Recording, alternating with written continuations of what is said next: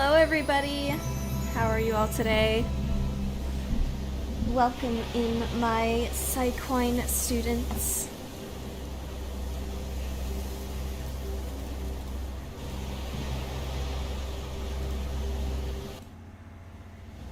So we are doing some more texturing today.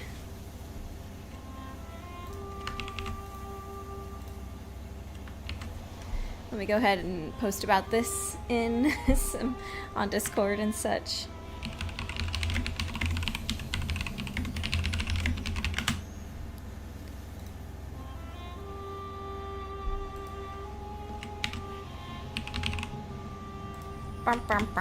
Letting everyone know.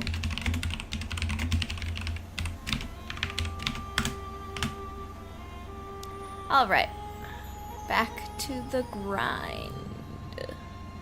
Back to the grind. Alright, so...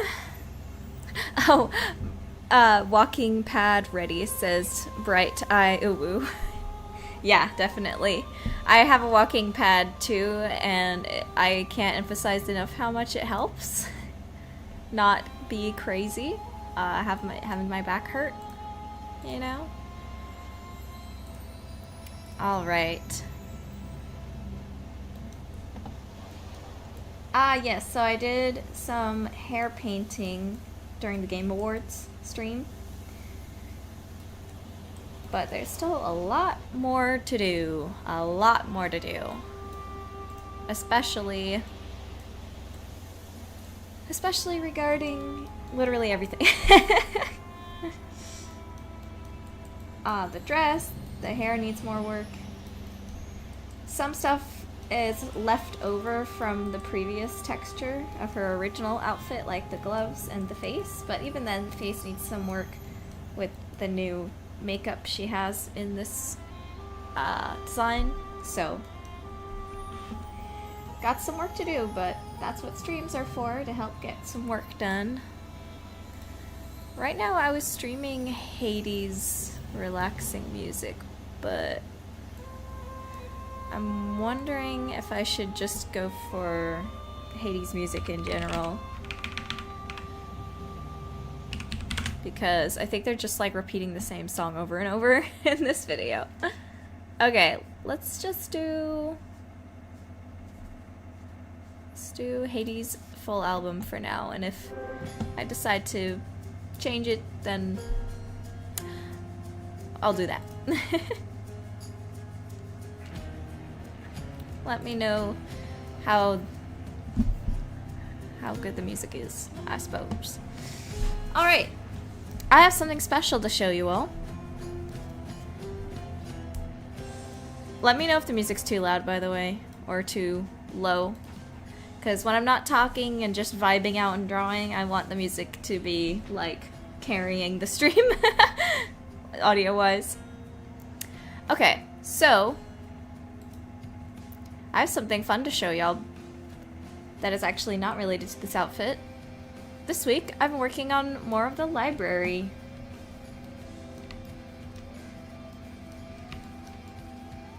And it is not, there's no lighting here. I can't wait until I can actually see some nice lighting on this. But here's the fireplace. These are just temporary. They're block-ins to tell me I need to make some book sprite houses to put in this library. But anyway, I'm super happy with the fireplace and how it's turned out.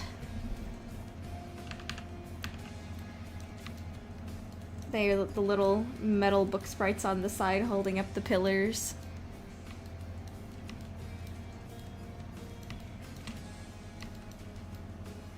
And I was using these stained glass that are behind these little couches, and they're these floating couches here for the students that are able to use their magic to get up there. And I made these cozy couches. Don't these look cozy to read on? I would want to read on these. Right next to the crackling fireplace that is not crackling quite yet, but will be in the future. But of course, this is just the nook on the second floor. This is like the entire library right here. Look at that. Again, still work in progress, but it's getting there. I finally got in the books. The actual books and the library. Who would have thought?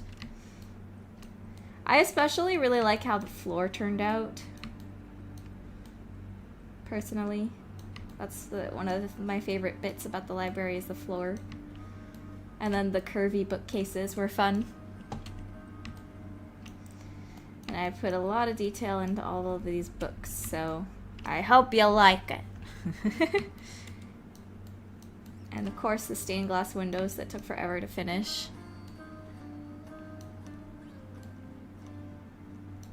And these lanterns, oh, and the curved roofs, that took a while too.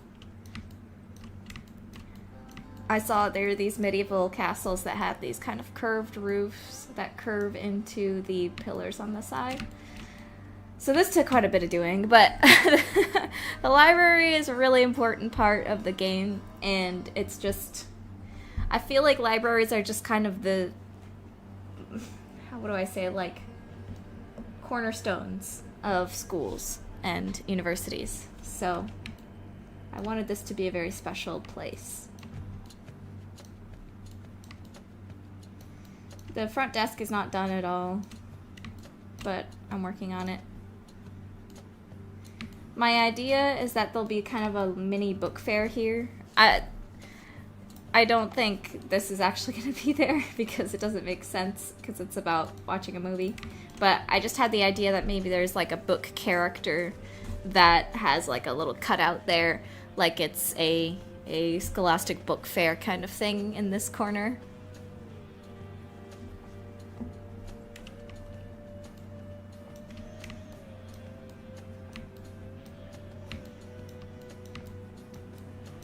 But I'm still figuring out exactly how the book fair is going to look.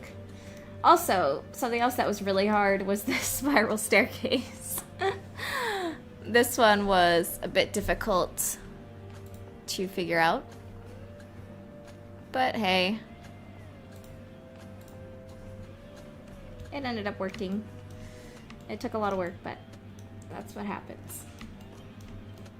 And I still have to make some little kind of stone end caps here to kind of merge these disparate pieces together. But yeah. And then we've got all the special stained glass windows here.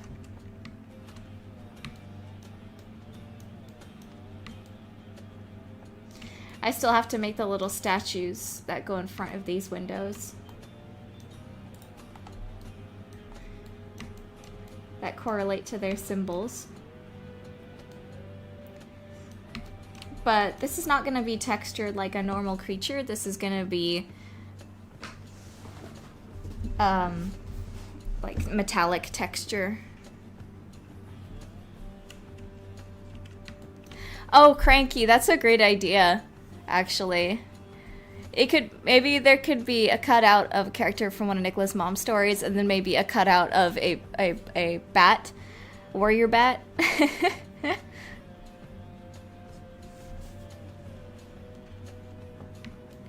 Yeah, there is definitely a parent-teacher type conference.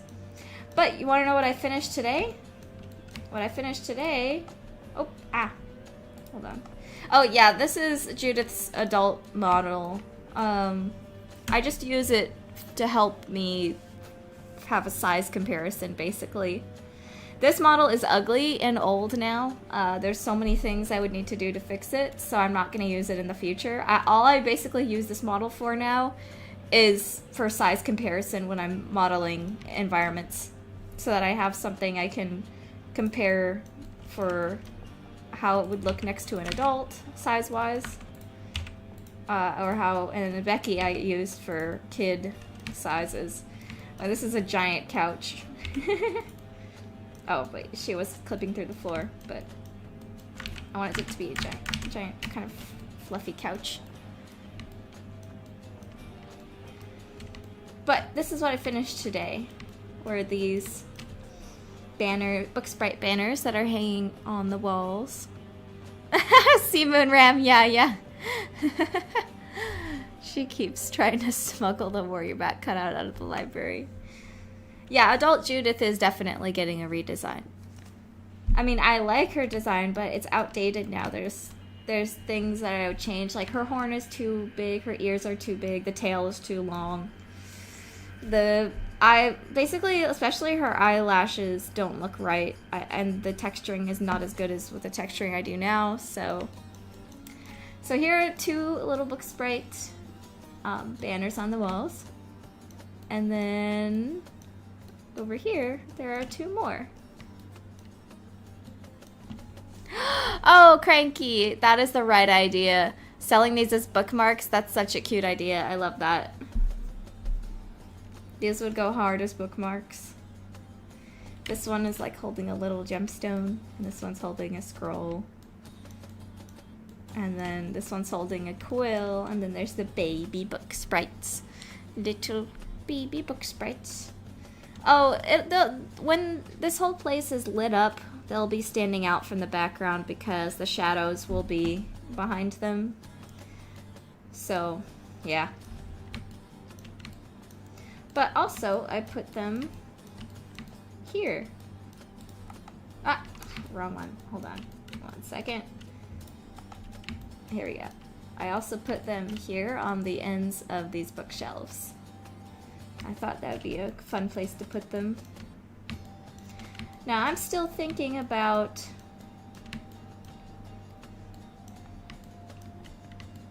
specifically, like, what was I gonna say? Oh my god!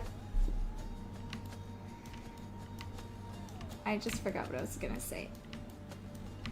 Anyway, look at the giant stained glass ceiling. It's also not quite finished yet. I still need to get all of the different emblems of the fiefdoms onto these countries.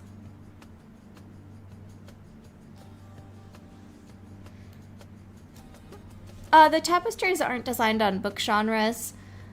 I was thinking about that, but ultimately the book genres are more determined by which stained glass picture they're next to, because each fiefdom of this place kind of represents a different book genre.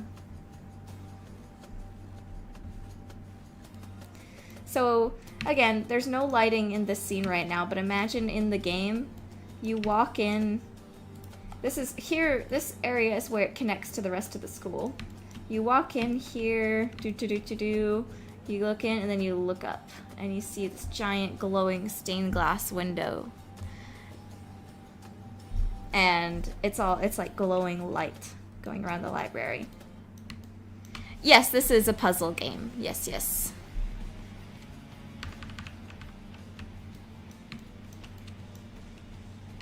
And there are little secrets to this room that I have not revealed to you yet. Hee. But yeah, I just wanted to give you all a look at the library so far because I've been working really hard on it. It's not done yet, but... Oh, that's right. What I was going to say earlier is I'm still figuring out exactly how I want the book sprite nests to be in here, because the book sprites, of course, they live by the library. They love the library. That's their job, is organizing and taking care of books. So I want them to also maybe live in the library, or they have a nest that is in the walls nearby the library. I was just trying to figure out exactly what I wanted to do with their nests. Did I want them to be built into some parts of the architecture, or did I want them to be like hanging from hooks on the roof and they can build their own nests on the little hooks that hang down, almost like little birds' nests like this. Maybe they like sit on top of the pillars or hang from the roof, something like that. I'm still figuring out exactly how I want the book sprite nests to work, but I kind of want them to have some kind of little nest in here. Would be neat and fun and thematic, because of course the library is book sprite themed, as you see. Additionally, I'm going to make a real quick note about Cranky's idea here.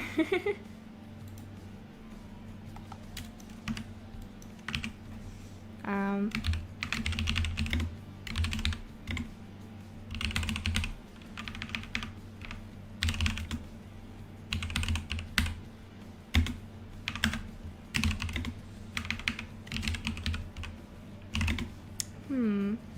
Barn swallow nests. Yeah, that's kind of what I was thinking about. I didn't know if I want it to necessarily be one for one a bird insect kind of nest though, because they are more intelligent than they're like more like crow, raven, or like small child level intelligence. So maybe they'd be more like those birds that kind of literally like stitch together nests out of leaves and things and weave them, but also there's a little bit of actual, like, I don't know, like how ravens collect things. Maybe they also have a collecting type thing. Maybe like used books that are torn up and can't be used anymore. Maybe they make those book pages into their nests. I think it'd be kind of... Okay, hold on. Now I'm thinking of something. I have a specific inspiration now. Hold on. Let me finish this note. And...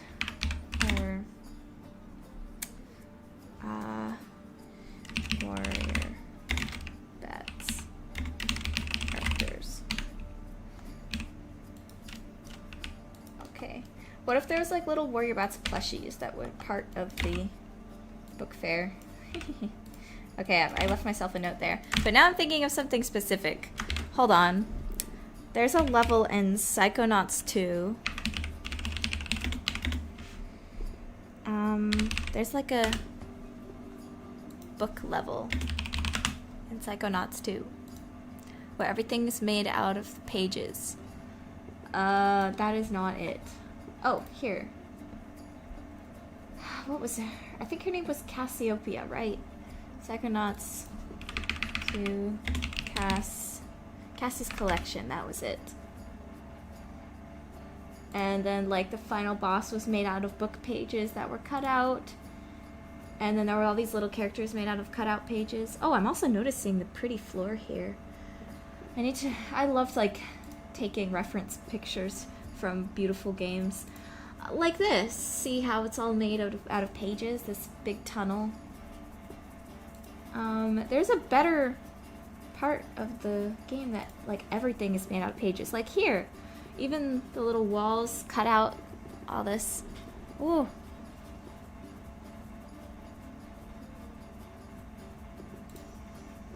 All this stuff made out of paper in the walls.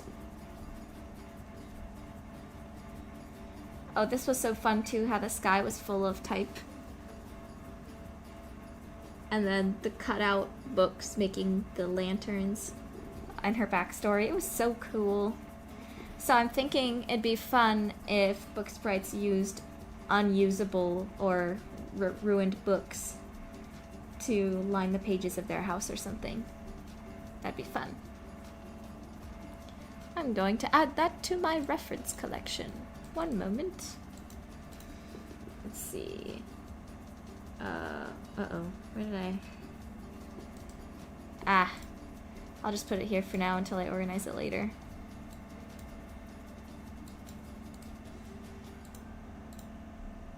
And then I'm gonna make a note for myself again.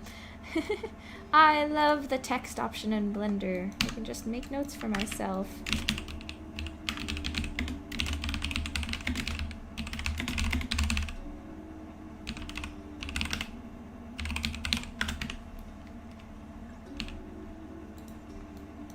There we go. I'll put that up here.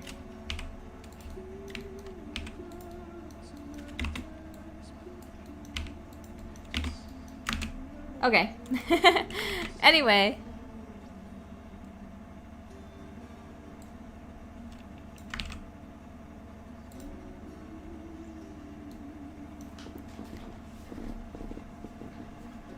Oh yeah, having cheap crystal-shaped erasers at the book fair. Yeah. Little themed erasers would be fun.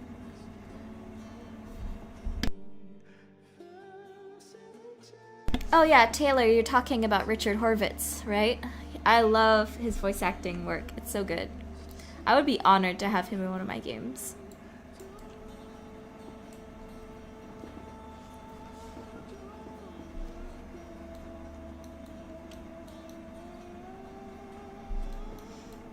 Alright, time for texturing now. But I thought it'd be fun to show you all what I've been working on besides this model.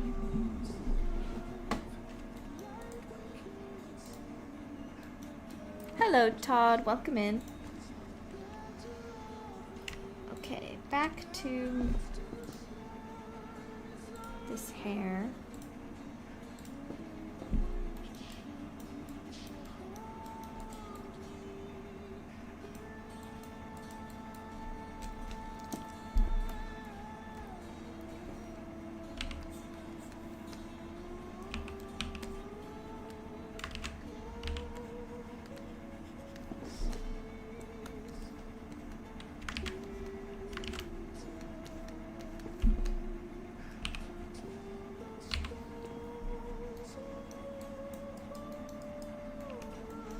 Oh, I used to watch Between the Lions when I was a kid. That was a good one.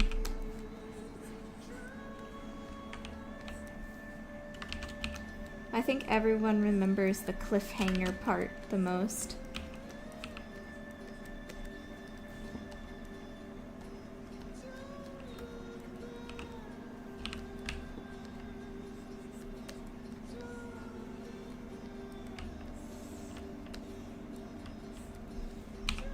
There's so many playlists I want to play, but I don't know if they'll get claimed.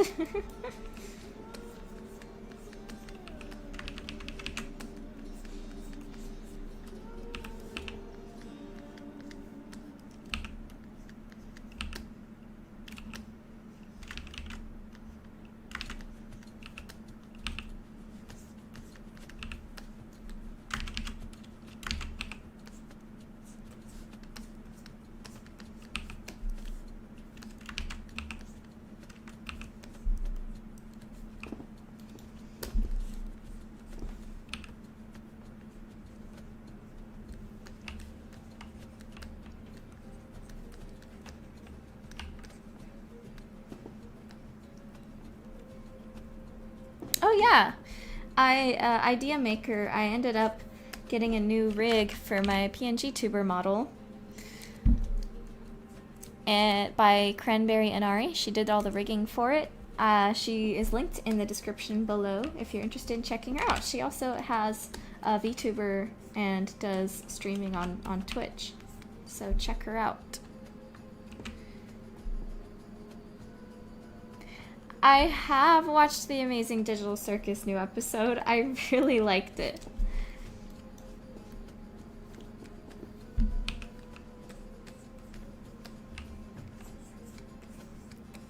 I very much enjoyed it. It was, I think, maybe one of the best episodes in the show, if not the best. Admittedly, I thought the Untitled episode was kind of weak. Mostly because I just had some nitpicks about how some of the dialogue was framed and written. Or paced. Sometimes it felt a little awkward pacing dialogue-wise. But the rest of the episodes I really have been enjoying, especially episode 7. I'm very curious how it will all end because it could go many different ways. And considering the inspiration, maybe it won't be a happy ending. We don't know. I hope it's at least bittersweet.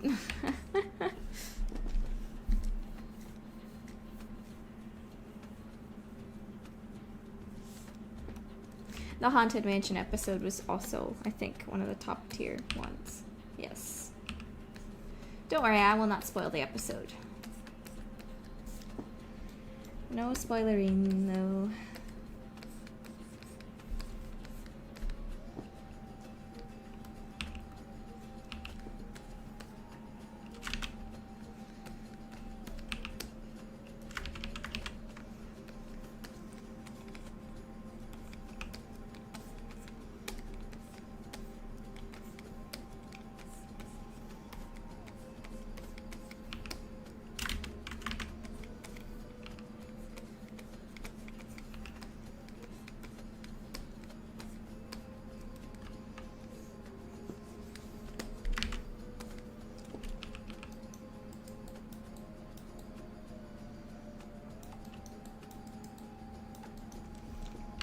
I also saw the Five Nights at Freddy's 2 movie last night.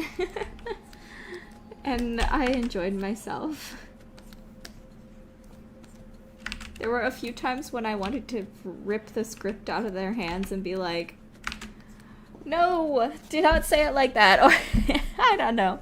I definitely had some critiques of some scenes, but I overall enjoyed it. It's not really a great movie, but it's fun.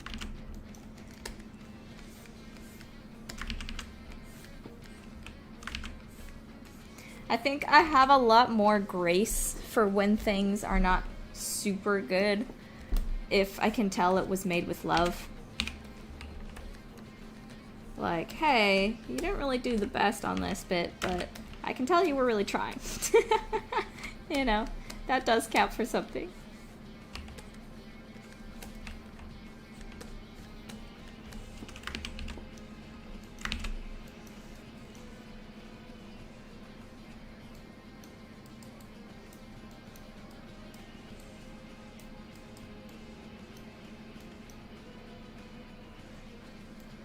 Definitely more of a movie for the fans, yep. I would say, yeah, it was scarier than the last one. There were a couple of parts I really enjoyed. I don't really get scared by movies, really. I get scared by games. So, I don't know if I'm the one to necessarily judge a movie on its scariness, but,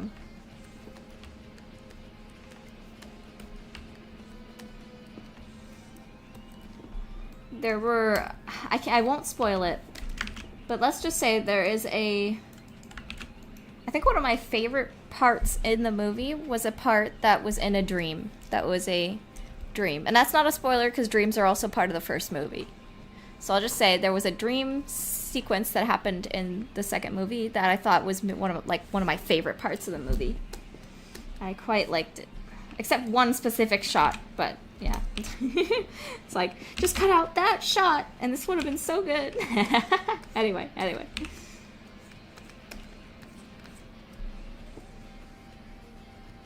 Guys, don't spoil the movie in the comment section.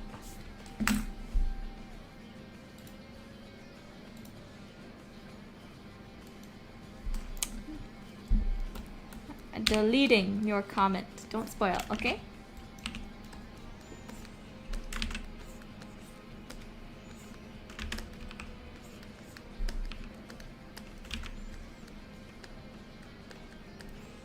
Is my game gonna have scary parts? I would say so. I wouldn't say it's a horror game, but I'd say it's a creepy game.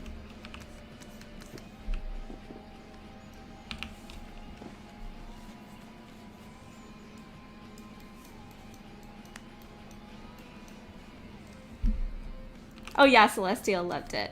I'm so glad.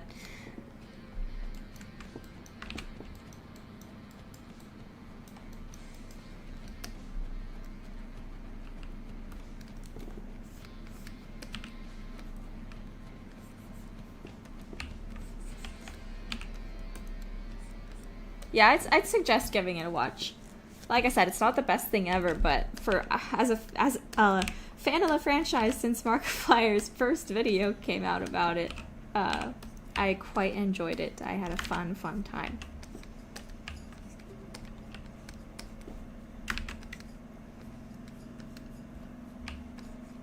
But sometimes I really wish I was like a sometimes I really wish I was like working on those games as like a story consultant or something. There's so much I would love to do with that franchise. Scott, I love you. I want to help so bad. I want to be hired on this franchise so bad. It would be so fun.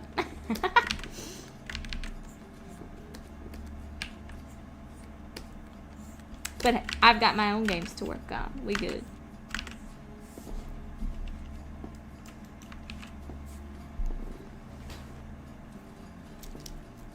Gaslight District is pretty good. I don't know if it's necessarily up my alley, but once more episodes come out, maybe I will like it more. I don't think there's anything wrong like objectively with the first episode. It might be just like a little gross for me. I don't like mind too gross stuff too much, but it was just a little bit ooh gross, but still fun. Definitely fun. Besides the pacing was a bit too fast, but Knights of Guinevere I am really looking forward to. That is definitely right up my alley of the stuff I like.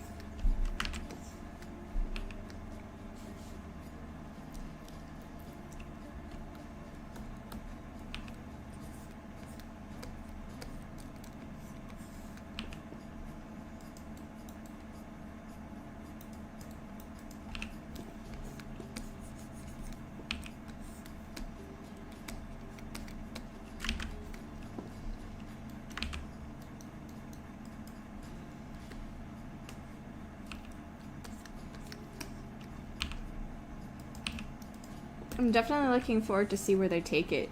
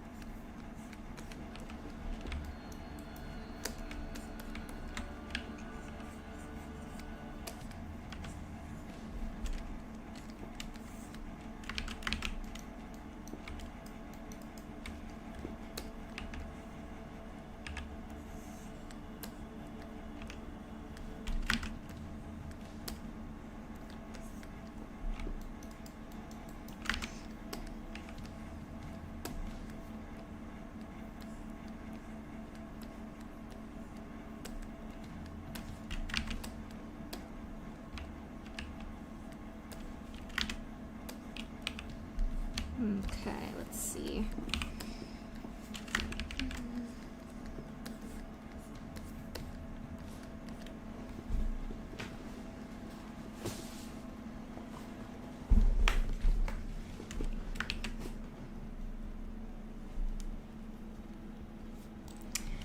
This cross is not canon to, like, Judith's story or anything.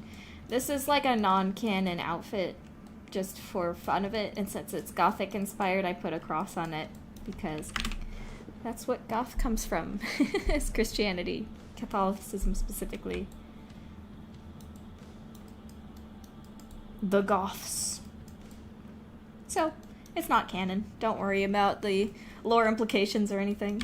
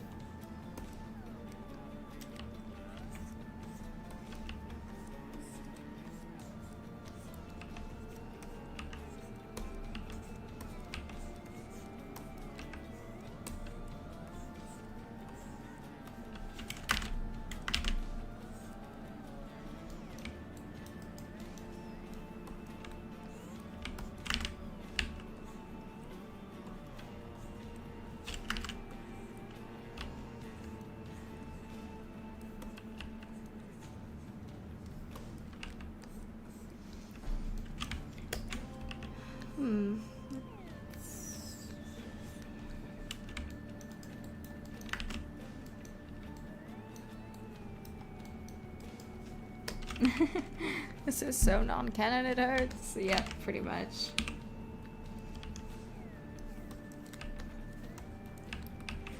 So a lot of what I do for texturing hair is just trying as best as I can to define the shape of the hair so that it's not like just a blob of paint. So with the darker colors, I'm more defining the nooks and crannies of the hair, as well as the defining curls inside them and edges and things, some certain strands. And then when I start using the lighter colors, I'm gonna define the highlights, as you'll see.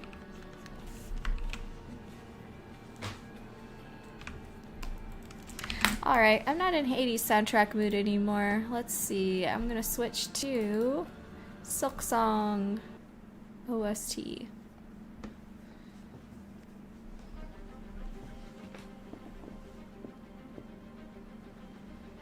Or perhaps, actually, I've already done Silksong recently. I'm gonna try Final Fantasy XIV relaxing music.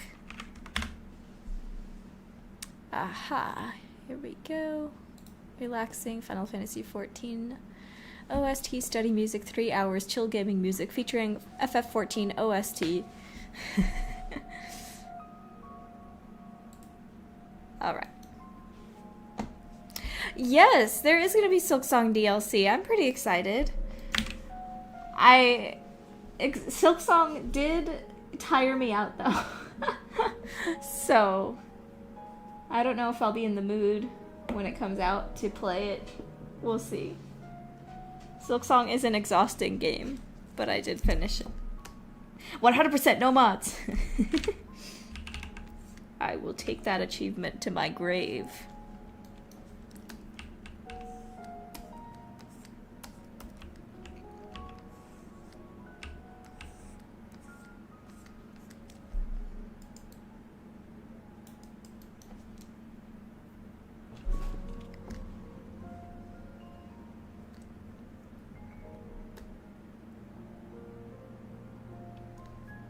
Good evening, Blood of Cheese. Welcome in.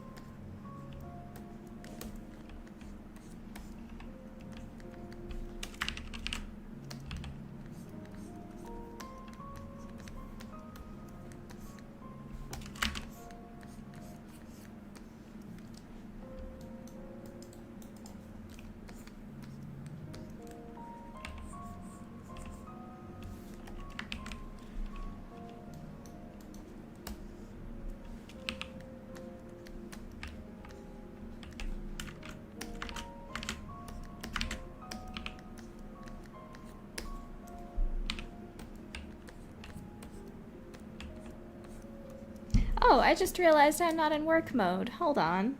Boop! There, now I'm in work mode.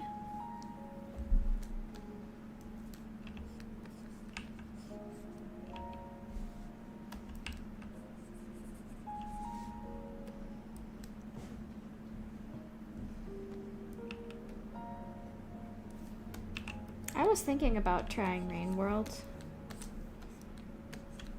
I don't know that much about it, though. I just heard it's good, and that's about it. It's on my wish list, though.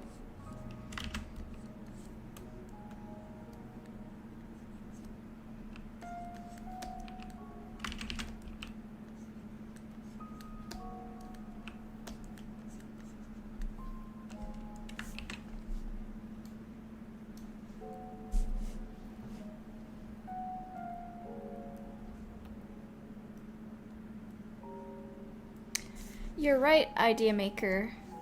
Specifically, the boss named Seth was based on a real fan of the game who designed the character design before he passed away from cancer.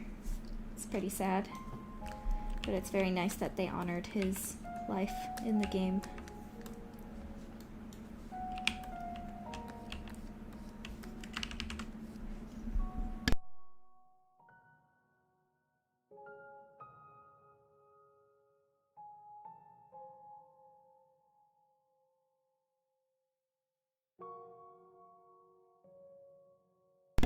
The only Elder Scrolls I've played is Skyrim and a little bit of the MMO. I am thinking about getting the Oblivion remaster when it's on sale, but I'm a little tight on money, so I'm gonna be, just gonna wait for sales on a lot of stuff on my wish list. But I already have so many games in my library I have yet to play that it's fine. Still, I have to finish what I already have, you know?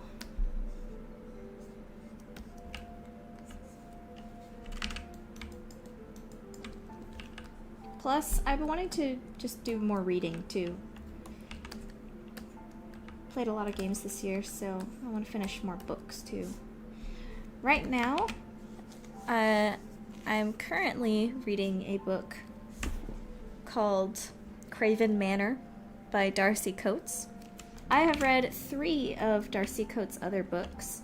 She's kind of a horror thriller writer, and I've enjoyed all 3 of the books I've read from her, though I will say the first book of hers I read I liked the most, and the other 2 I read were a little bit less good. I had kind of more critiques of those, but they were still entertaining and fun, and so I'm continuing to read some of her work. Specifically, the book of hers that I definitely recommend is From Below. Let me look it up.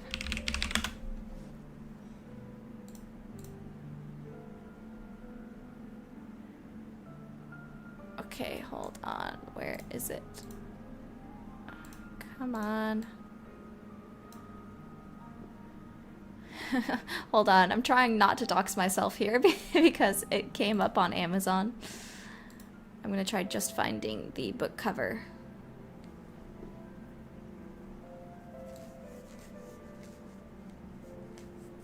Yes, I recommended From Below to Cranky and she read it. So now you have 2 recommendations from 2 of us for reading this book, so. Oh my goodness. Can this cover just show up on Google? Wait, I'm not even on Google. I'm on... Okay, here we go. This is someone else's picture, not mine.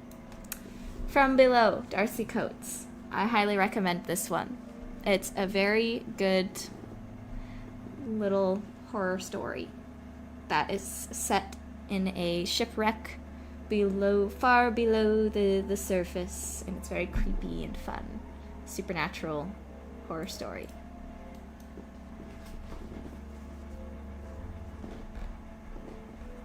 Yes, I've read Inkheart before. That's one of my childhood books.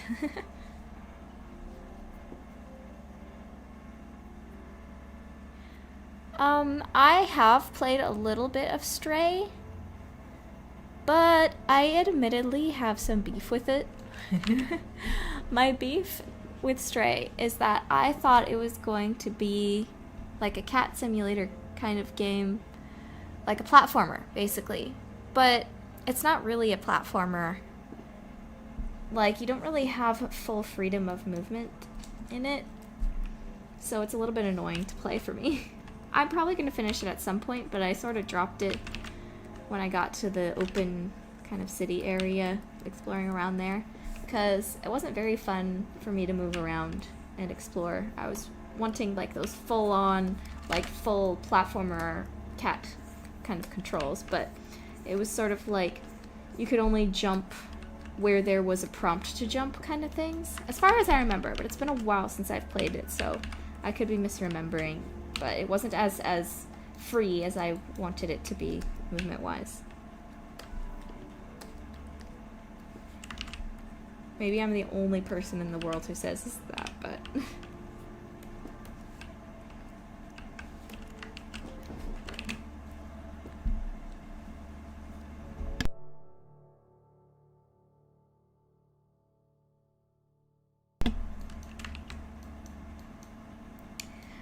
I need to play Alice Madness Returns.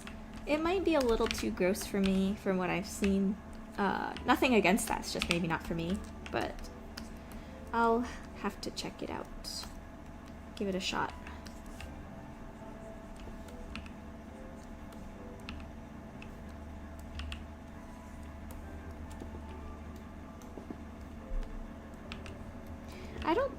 Stray is not really a visual novel, though, is it?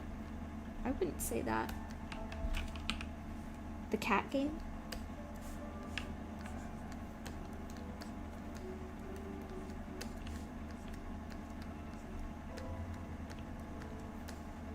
It's like a third-person exploration adventure game, I'd say.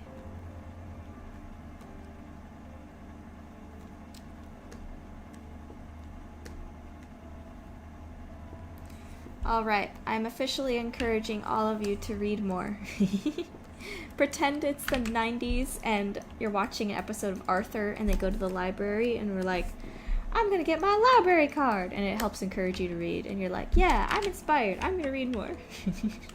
Because it really is good for your brain. It really is.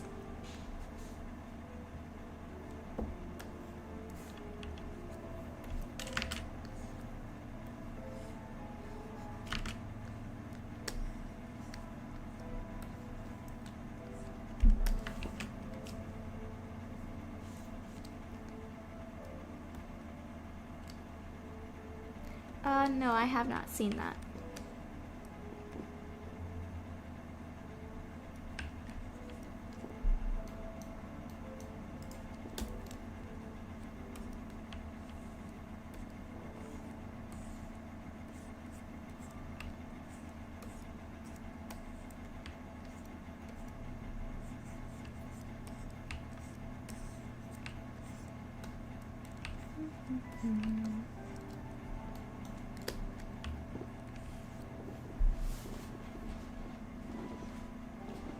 You've served your time in reading prison, yeah.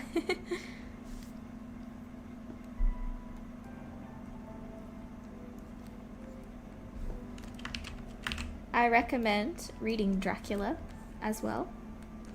I'm about over halfway through it and really enjoying that. I should have finished it by now, but things have been busy and I've been also reading some other things.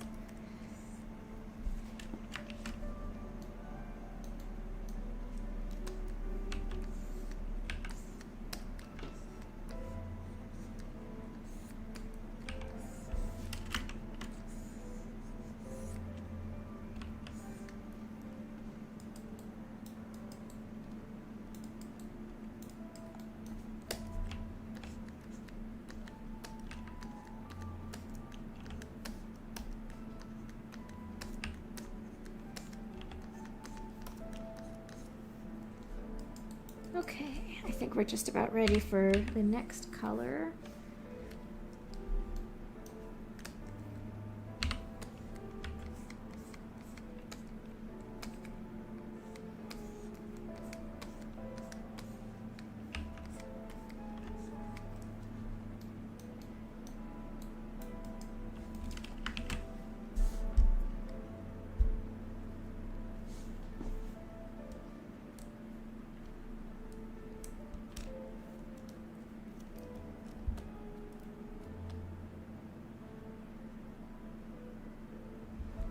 Yeah, Bram Stoker's Dracula is great. And also cute, surprisingly. Mina and Jonathan's relationship is adorable.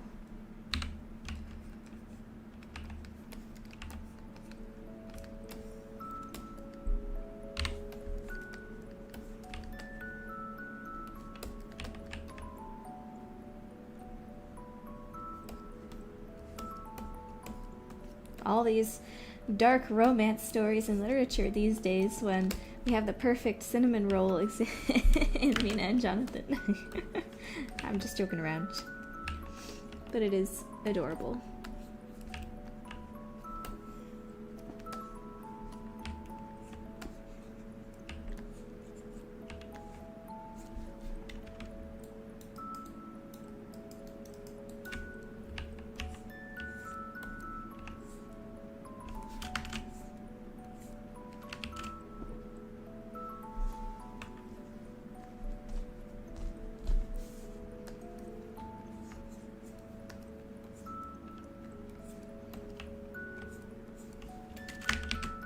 This is not like a spoiler because it's pretty early on in the Dracula book, but I think it's really funny how Dracula is basically one of those what do you call like someone who's a weeaboo but for England? Because I remember there was a term for it because in the early days of Tumblr, when people like myself were way too into Doctor Who and Sherlock and stuff, we would get teenagers like me would start to be like, I would love to be in London and live in London. Oh, to be British. Oh, how beautiful and fun that would be. How cultured. And people would be way too into wanting to be British, and it was very stupid and funny. But I think there was like a term for that. And in the Bram Stoker's Dracula book, that's basically Dracula. He has like an entire mini library just about England and wants to move there and stuff. And he talks with Jonathan about like, so you're from London, can you tell me more about London and stuff? It's so funny.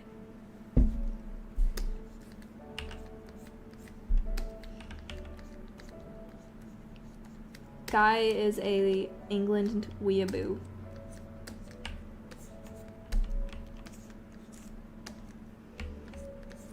And then he ends up wanting, and the reason he has Jonathan come to his castle is because Jonathan's like a lawyer and is helping him move to London. It's very funny. Can't wait to kill a bunch of people in London.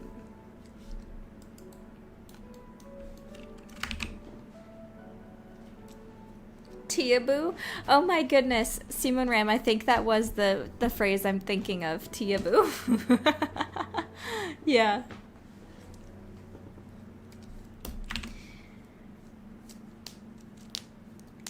A lot of the legends come from Romania, as well as I believe the actual lord that Dracula was based off of, but the Dracula the novel was written in the late 1800s by a British man, Bram Stoker. And he also has an American character in the story who is the most American stereotype you will ever see in your life, and it's amazing. I love him.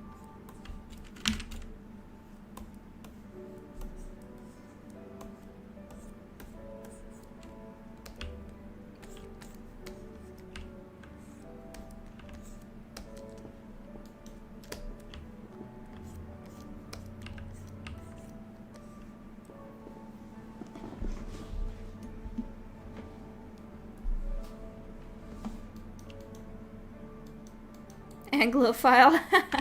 The scholarly term, yes.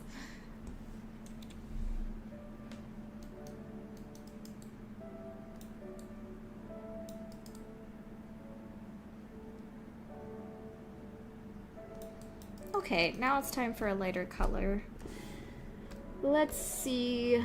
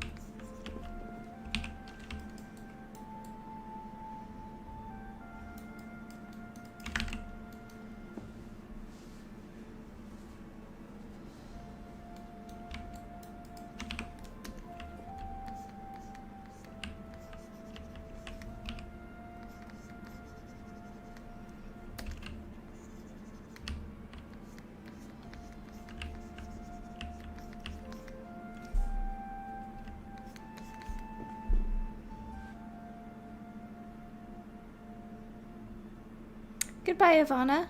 Have fun. Oh, yes, I'm excited to watch the new Avatar.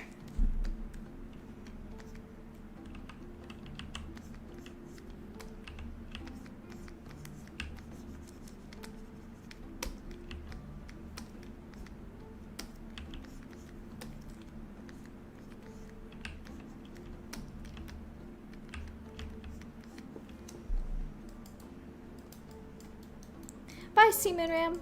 Oh, unless you're saying bye to Ivana. Sorry.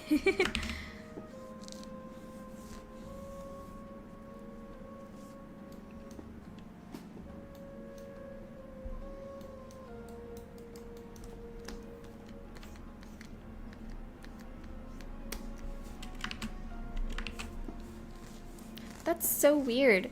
My YouTube chat says there's only 2 viewers watching right now, but that's obviously not true. What does it say for you guys?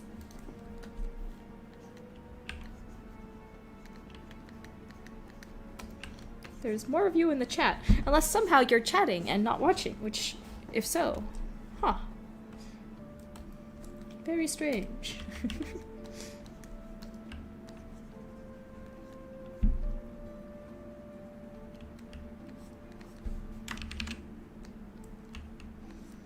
Yeah, that's weird.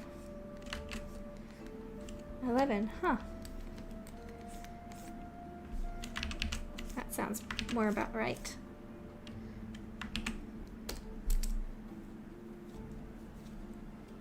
$11. That, you see, it was all a trick. It was all a trick to get everybody to type 11 in the chat. No, it wasn't. I don't. It really is just saying 2 for me, I don't know. But anyway, YouTube is weird.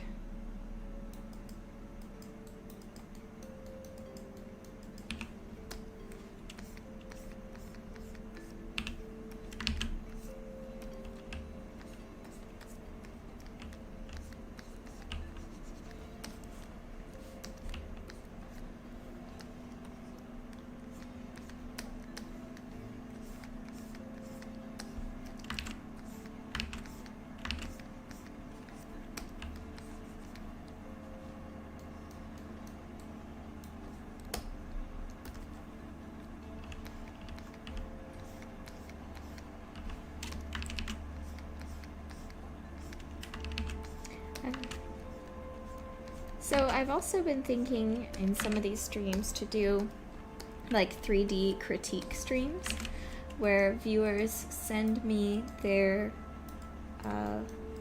3D models they've made and then I critique them, though make sure to let you know that it is not coming from necessarily a industry professional, just from my own opinion, and see if that helps out anybody who might need it.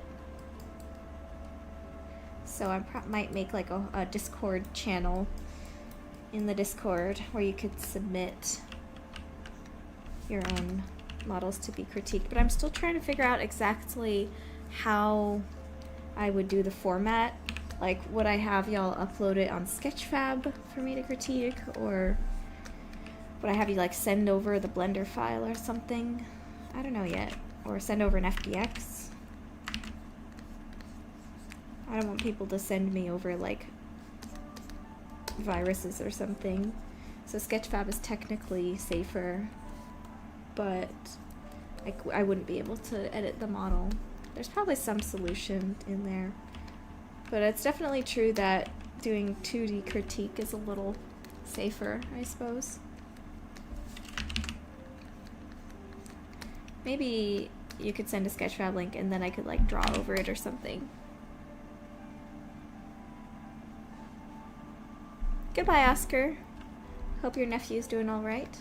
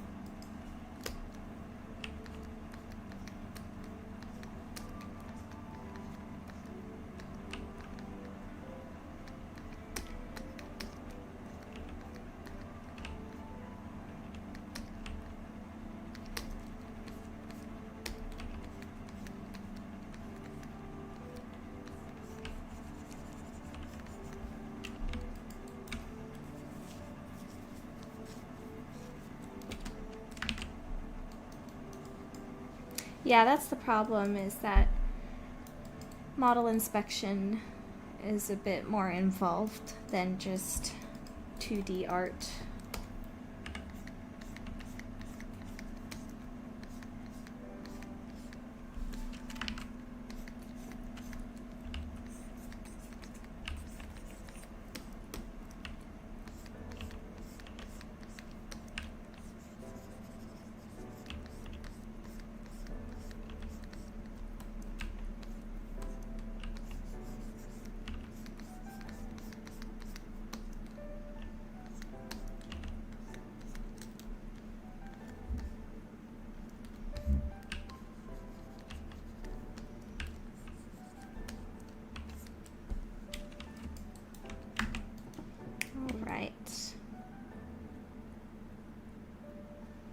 Coming along nicely, I think.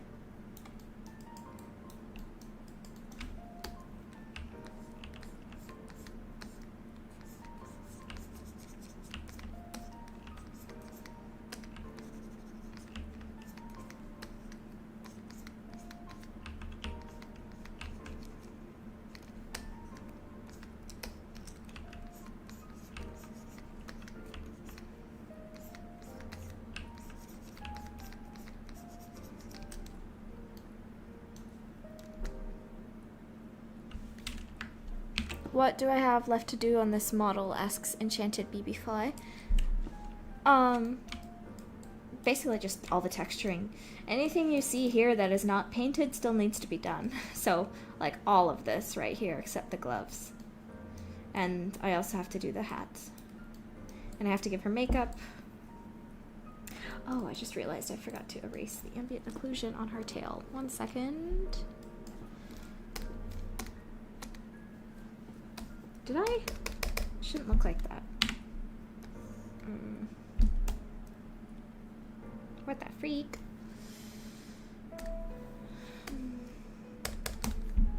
How strange. Huh. Anyway. No, the outfit was not inspired by Madeline.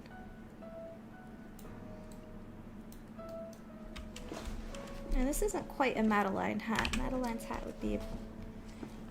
whatever.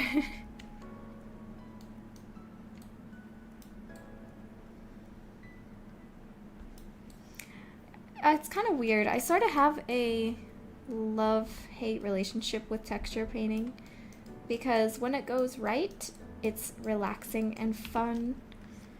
But when I feel stuck or it's taking so long to finish something, it can feel like hell. Like, please just let this be done already. That's sometimes how I felt with some of the more complicated characters like Mrs. Lune.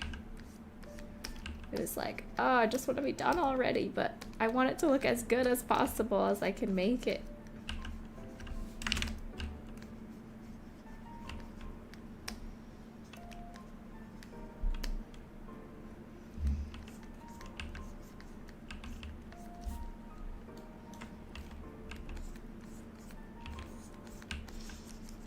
Yes, I love it and I hate it at the same time. But I think that's how a lot of artists feel about our work.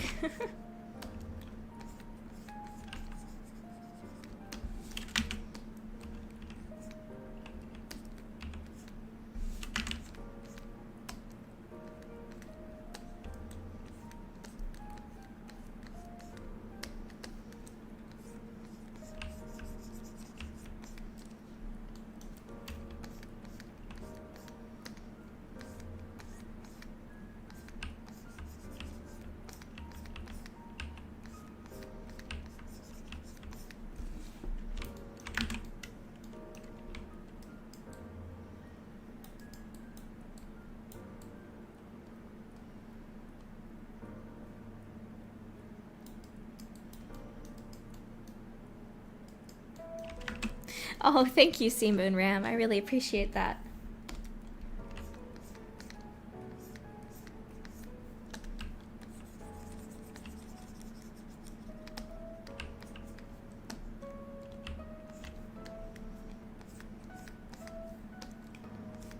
And I want to thank you again for all of your hard work on the wiki. It's very cool stuff.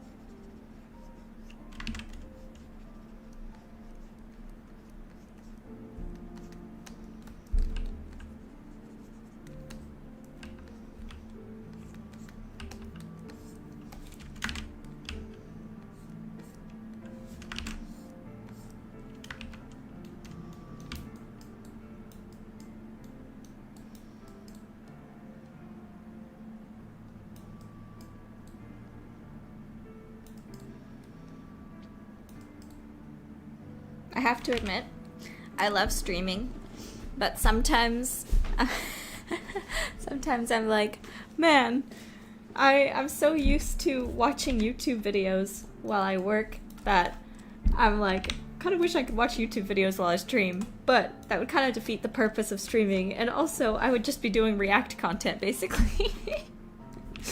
And I don't want to do that. I don't want to, like, have other people's hard work and content, like, working off of that, I guess, or like, I just need to not be addicted to YouTube and learn how to work without YouTube.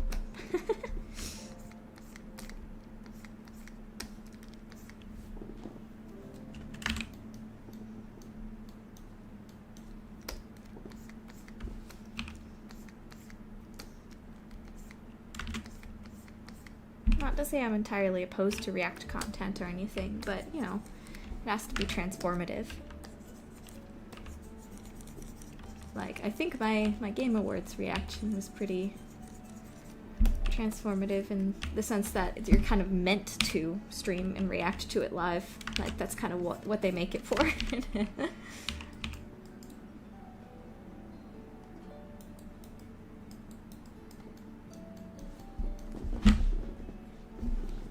Well, Taylor, that's what I'm doing right now. Like, literally right now.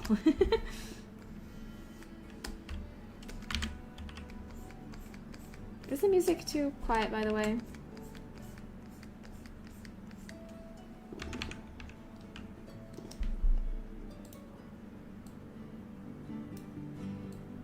I'm gonna turn it up, I don't know. Yeah, exactly, Seaman Ram. Doctor, patient eats 10 minutes of YouTube during mealtime and work to live. Yep. Give me the video essays, doctor, please. I need them, please. Is it weird to say that queso helps me sleep? Even though he's like such a loud streamer, for some reason, when I put on the videos like before bed, it like helps me get tired and it's relaxing.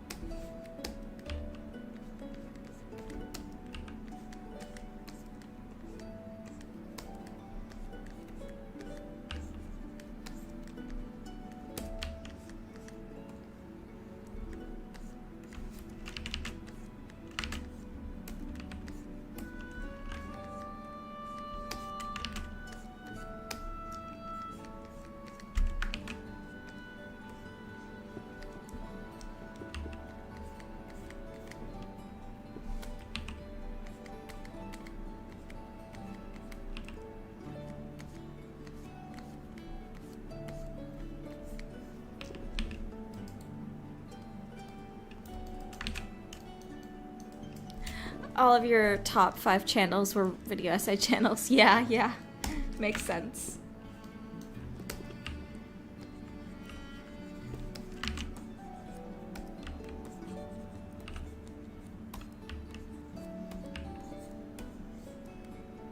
I know I had a lot of like FNAF lore and Genshin lore channels on mine.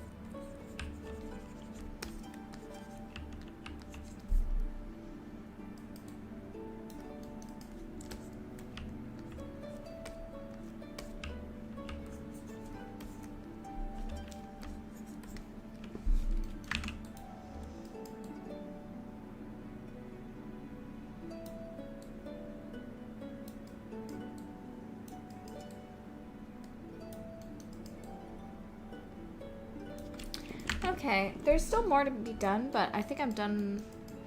I think I'm gonna stop working on the hair a bit. Though I'm gonna add, see what happens if I add a little bit lighter color here. I don't want the hair to look too shiny, so I don't want it to look like greasy or anything, but I wonder if an extra bit of shine here is good. I don't know. I'll look back at it later. I say as I continue to do it.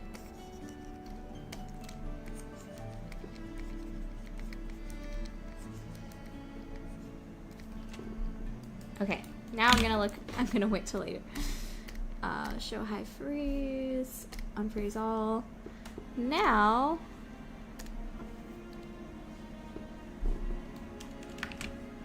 I'm going to, what next?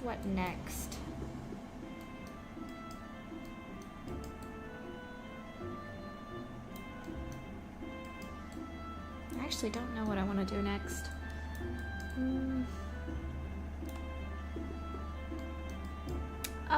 Maybe I'll work on some of the frills here. Start on this frill. And it can sort of be a template for how I'm gonna do the frills moving forward.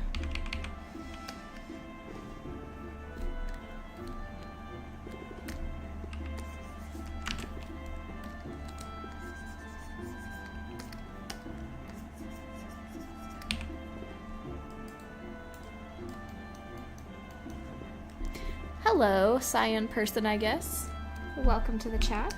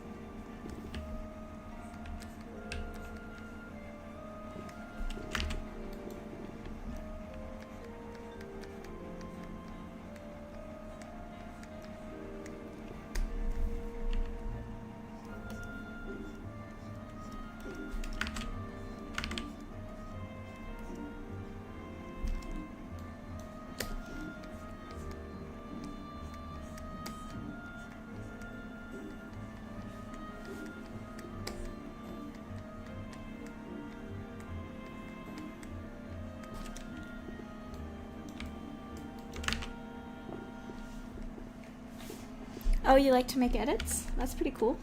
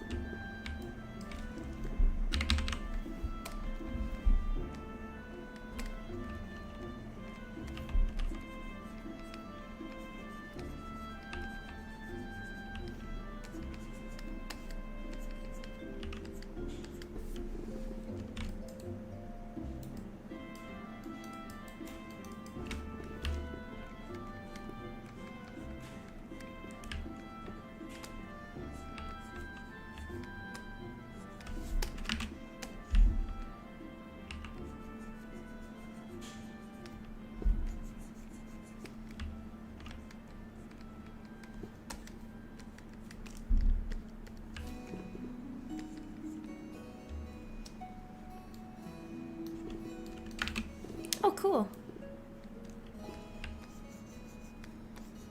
So, if any of y'all in the chat are working on something while you watch the stream, may I ask what you're doing? If you want to share.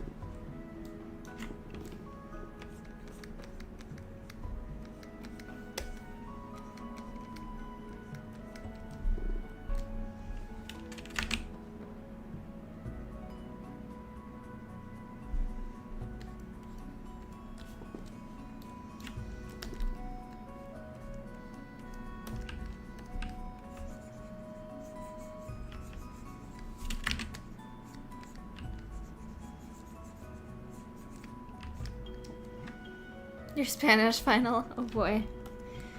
A fairy tale? Very cool.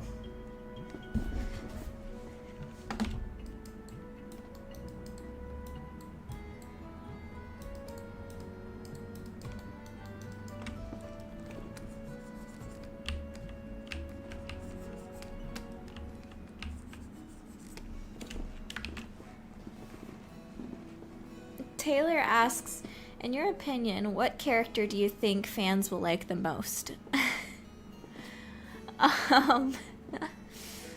That's a good question, actually.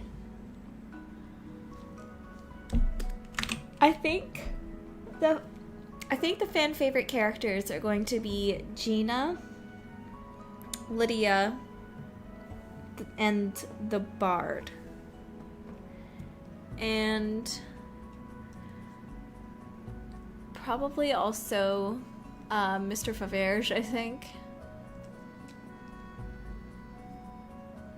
And Carolyn Keene, perhaps. I don't know for sure. I think it'd be fun if it was a character I completely don't expect to be a fan favorite gets to be a fan favorite. That'd be fun.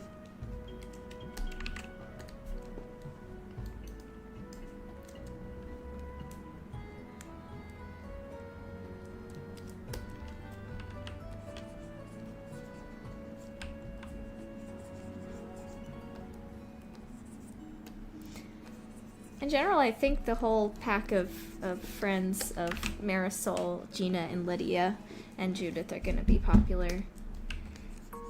But I would like to see everybody be liked in some capacity. Obviously, some characters are always going to be more popular than others, but I love all my little creations. So I hope they all get a good amount of love.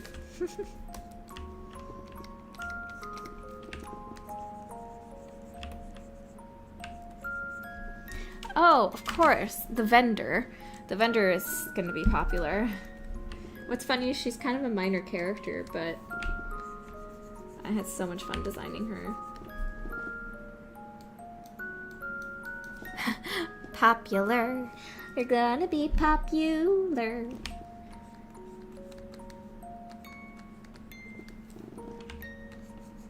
I think it's funny. Correct me if I'm wrong, I remember Toby Fox tweeting about this, where he was really concerned that people would hate Spamton. And then he turned out to be the most popular character by far from chapter 2. That is very funny to me. He was like, people are gonna hate this guy. Nope. Nope.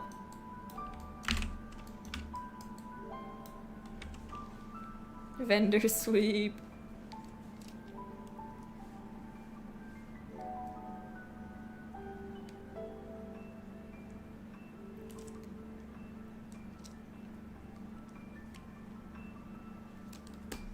Oh yeah, Tenna too. I think I also saw a Toby tweet where he also was concerned about people liking Tenna. But then Tenna just became, again, like the most popular character in the new chapters. It's very funny to me. Yeah, we love our smarmy little guys.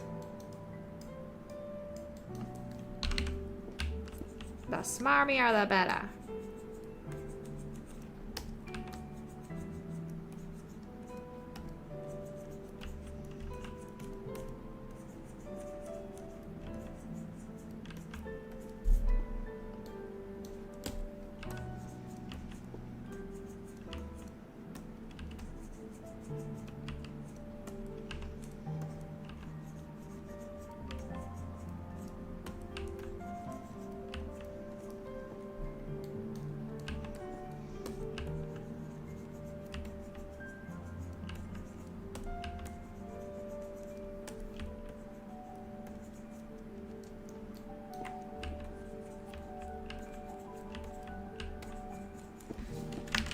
And what's funny about comparing Hollow Knight to Silksong? I think I like Hollow Knight as a game better, but I really like that Hollow Knight Silksong does not have a silent protagonist. I mean, I don't really have an issue with the Hollow Knight being a silent protagonist, or the knight, because it makes complete sense with the lore of that character. But I don't know. I like non-silent protagonists personally, and I think Hornet having a voice really is great, and it's almost a little more immersive to me. Nothing wrong with quiet characters or anything like that, but it's nice having a character that can speak their mind, you know? Even if it isn't literal, like, if a character is mute or something, they still have body language, you know? Or sign language, right? I think I've talked about this before, but I tend to like main characters that are expressive. I think that's one of the reasons Wind Waker Link is so beloved, too. He's so expressive, even if he doesn't talk. He's not canonically mute, but he doesn't talk in the game, and he has so much expression. But again, for lore reasons, it makes complete sense for the knight.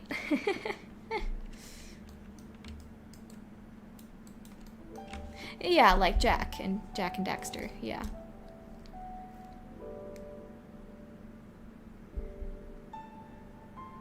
Yeah, exactly. Big Shot became a meme outside of the Undertale sphere, yeah.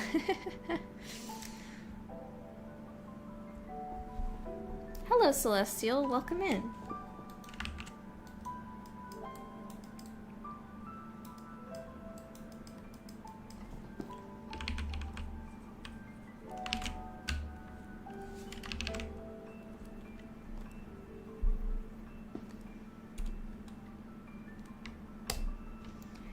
Now, we're not completely done with these, but I want to work on the other two next before I continue on.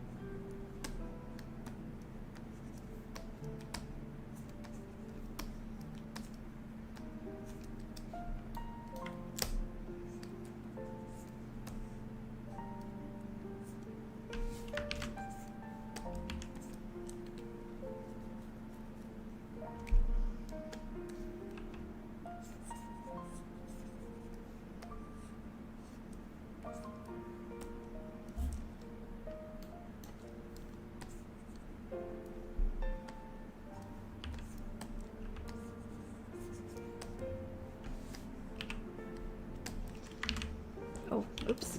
Did not mean to Command Z that. There we go.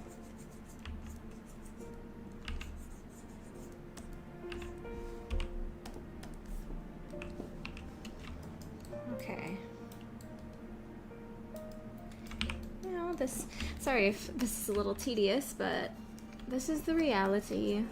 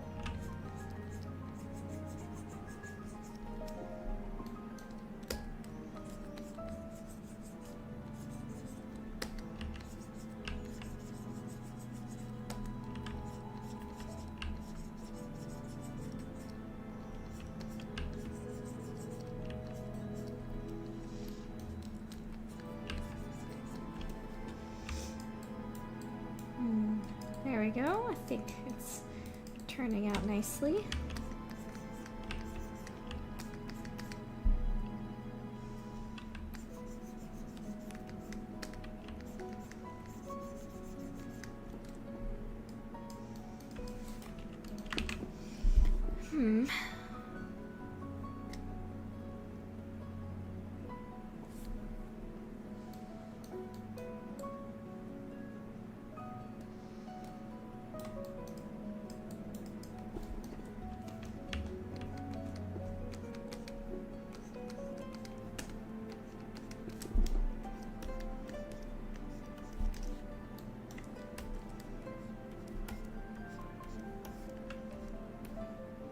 Oh, just realized I forgot to do the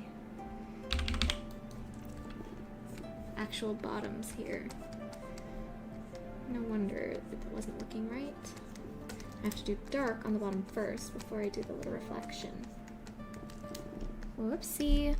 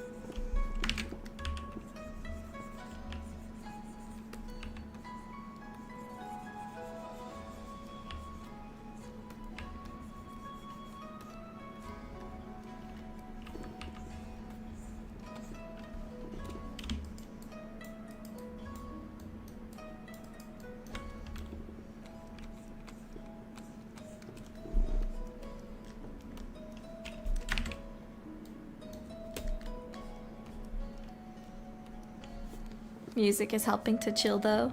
Thank you. It's all from Final Fantasy XIV. Chill, relaxing Final Fantasy XIV music.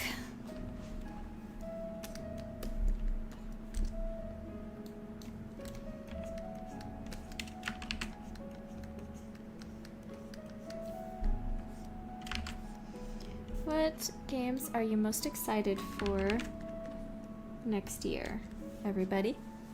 Bye, Celestial. Welcome. I'm glad you were able to join even for a little bit.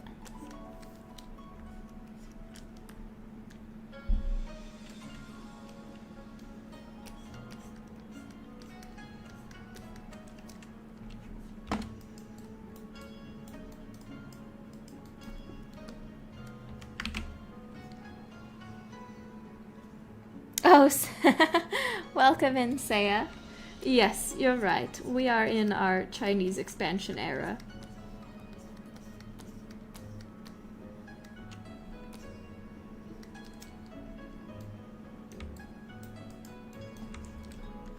Final Fantasy expansion, that is.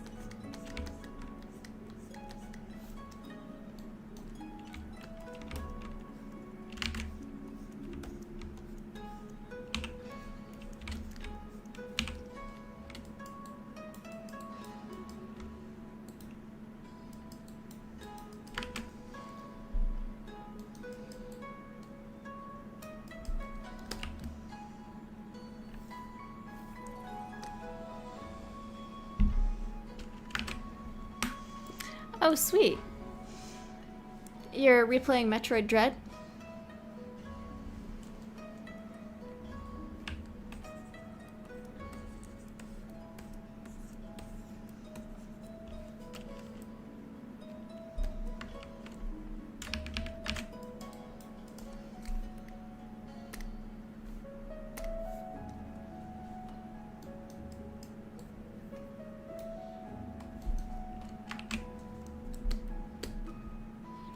Oh, Enchanted Babyfly, you're also excited for 2XKO? How fun.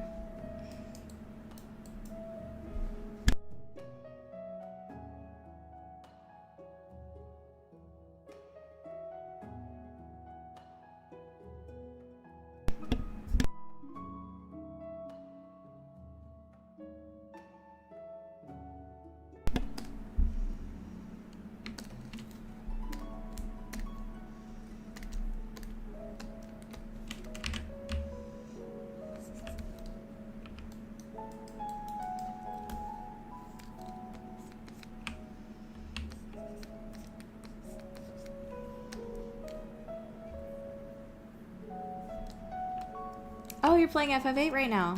Sweet.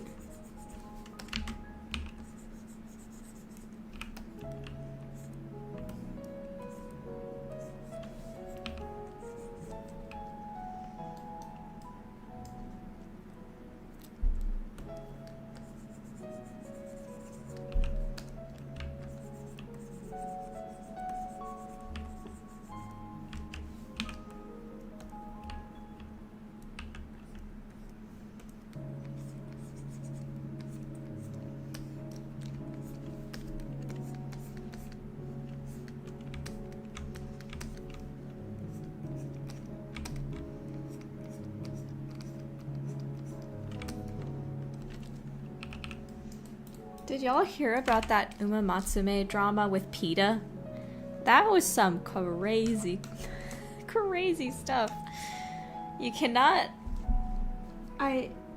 What was PETA thinking? Seriously. I mean, what are they ever thinking? Highest kill rate shelters. God, they're evil.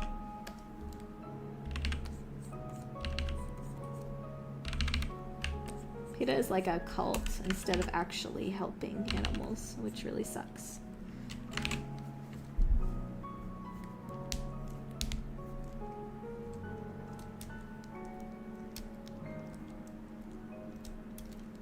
I don't really know that much about Uma Matsume, but I watched a video about that whole drama with Silent Suzuka.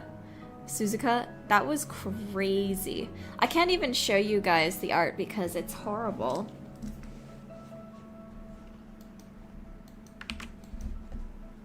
For context, Silent Suzuka is a horse that died because of a horrible leg injury that happened on the track.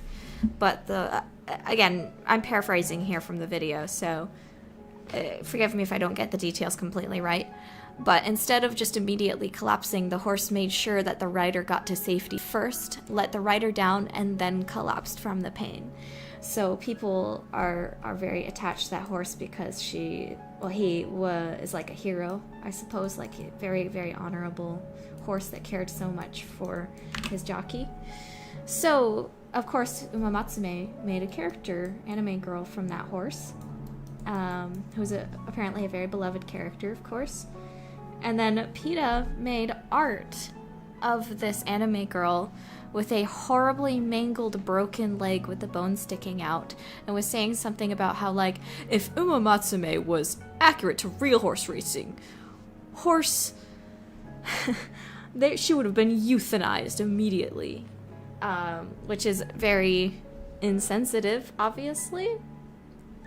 Especially because it's well known that euthanasia is basically the only option that horses have if their leg is so severely injured, because they'll live in just a state of horrible pain for the rest of their lives with a leg injury like that. So they're acting like, even though PETA is literally the highest kill rate shelters like anywhere, they have the hypocrisy to say that it's wrong to euthanize horses for that. It's so stupid and very disrespectful to the horse and its rider.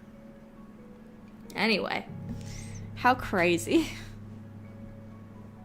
Yes, also, yeah, they didn't get the injury right either. The bone was not sticking out on the actual horse. Oof.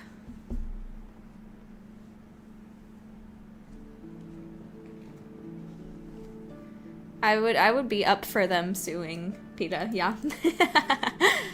Yeah. Oh, Sea Moon Ram. Yes. Thank you for being excited for Norimor. Yes, we also still don't know for sure if Norimor will come out next year, but that is the hope and the dream.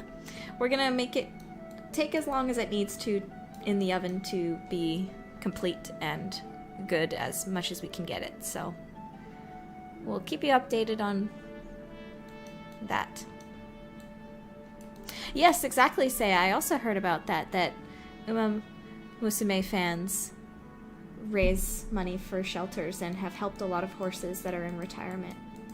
It's pretty cool stuff. So to go after them of all people is just so stupid. And yeah. PETA never like highlights good things either. It's always bad thing, bad thing, bad thing. They're just trying to. Anyway, that's all. I just very hypocritical organization, I would say. And that was the wrong target to go after, for sure.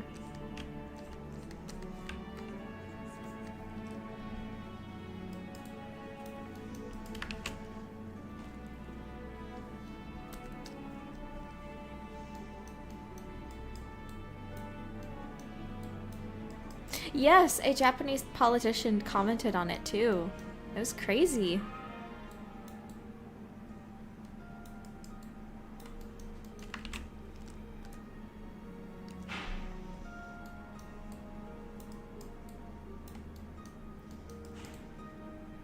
Anyway.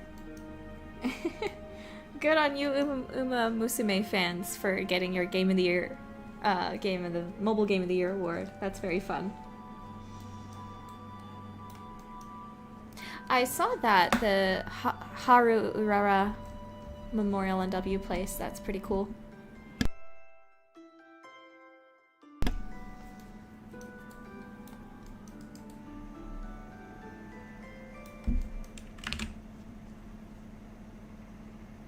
I'm trying to figure out what I want to do next.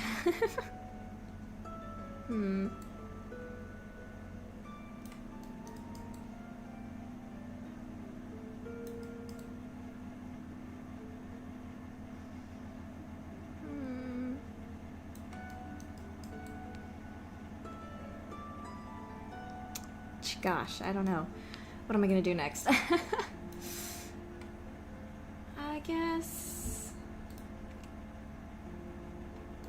let's leave.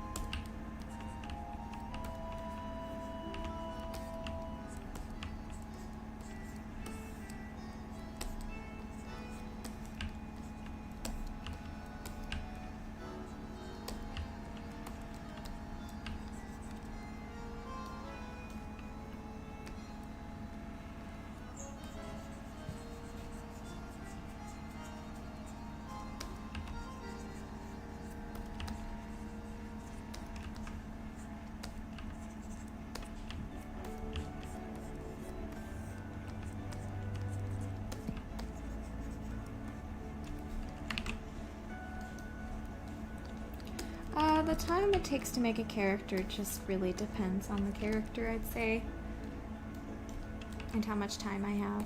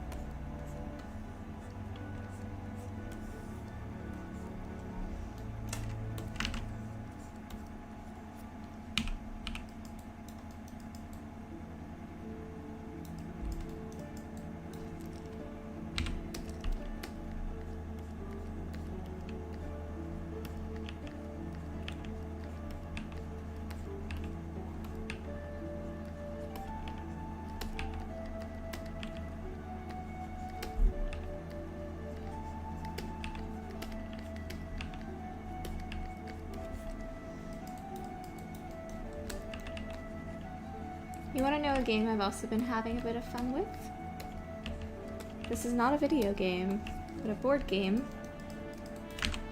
called Flamecraft. I thought it might be fun to start getting more into board games because I haven't really paid too much attention to them. But yeah, it's a very cute little board game if anybody is interested in picking up something fun to play with friends and family.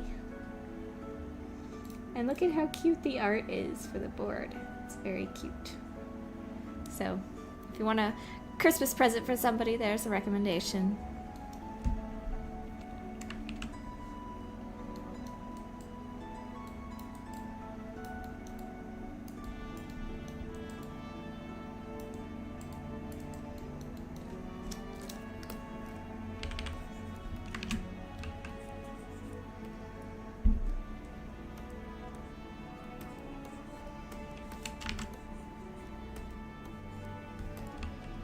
Yeah, that's the thing that's preventing me from getting more board games like this, is they can be pretty expensive.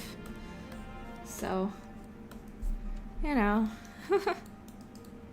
gotta be wise.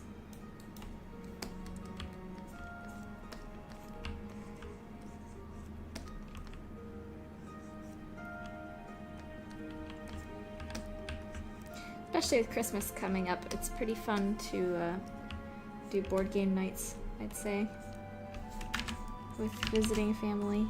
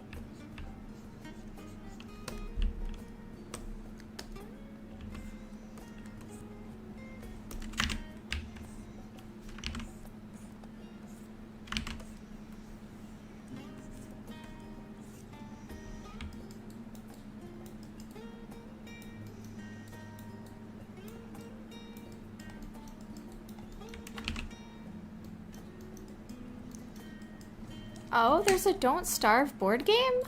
Hold the phone. I'm really curious how this looks.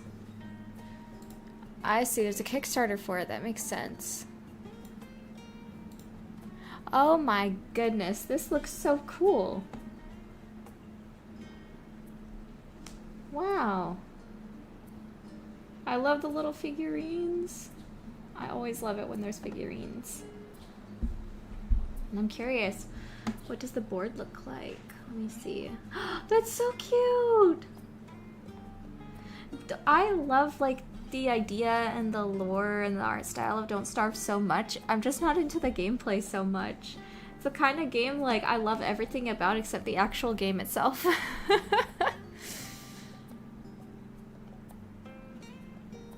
This looks so cool. I might have to look into this when it's probably pretty expensive. I'd have to save for it, but when it comes out, I'll give it a look. Oh, I see. There's one with acrylic standees instead of full 3D figures to make it less expensive. That's nice. That's okay. I like that. I probably have to take the cheaper one. How fun is that? I love those figures though. That's cool. Anyway, that's really neat. Again, like I said, I've been thinking about getting more into board gaming, but I have to do one game at a time because they're just as expensive as AAA video games, pretty much.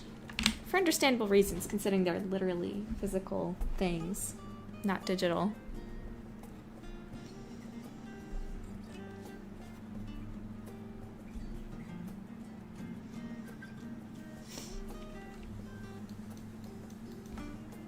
Yeah, we would need to play Riftbound. Riftbound. Though I still don't know how I feel about it. I hope they can. I don't think they're continuing support for Wild Rift, which sucks.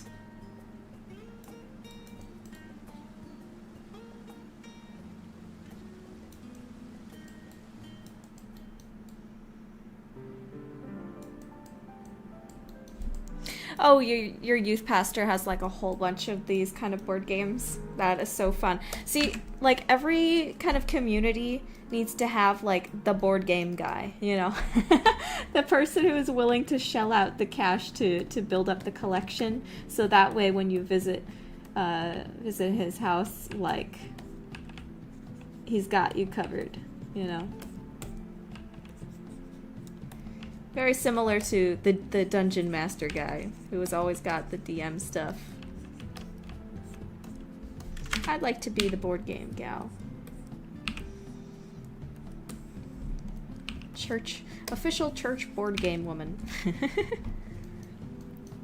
Legends of Runeterra. Yeah. Oh, Legends of Runeterra. Being a roguelike, huh? Interesting.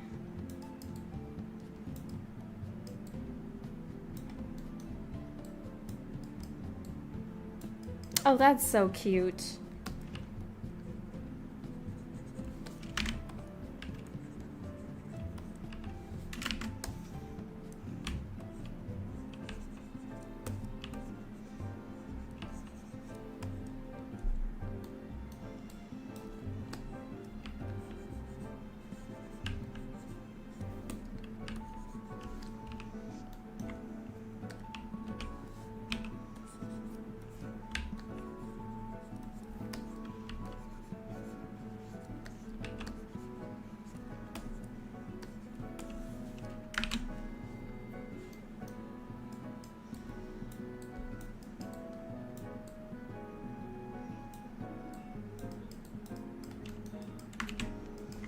Oh yeah, Wild Rift is still not on consoles.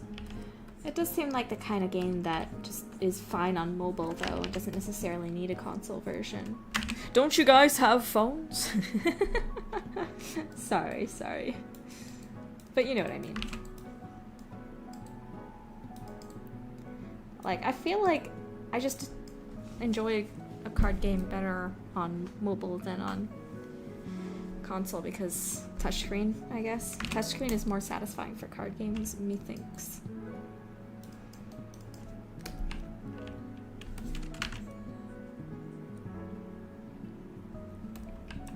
Oh, you are? Nice.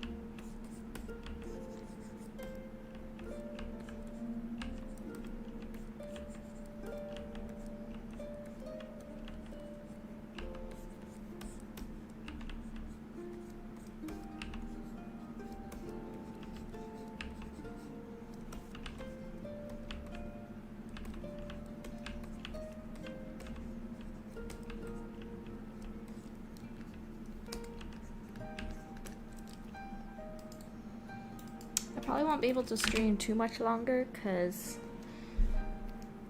I might be doing some family stuff, hanging with the fam soon. It's been December, so of course family is now staying over and stuff, which is fun. Get to spend some more time together.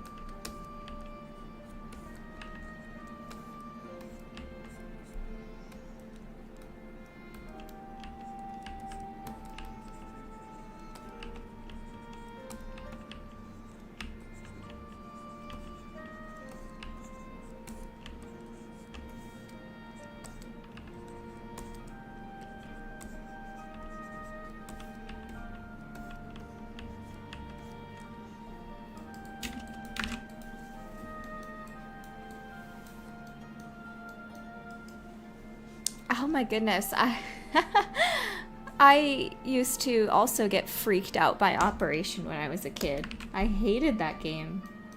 The buzzing sound was awful, and I just thought the whole surgery concept was so gross.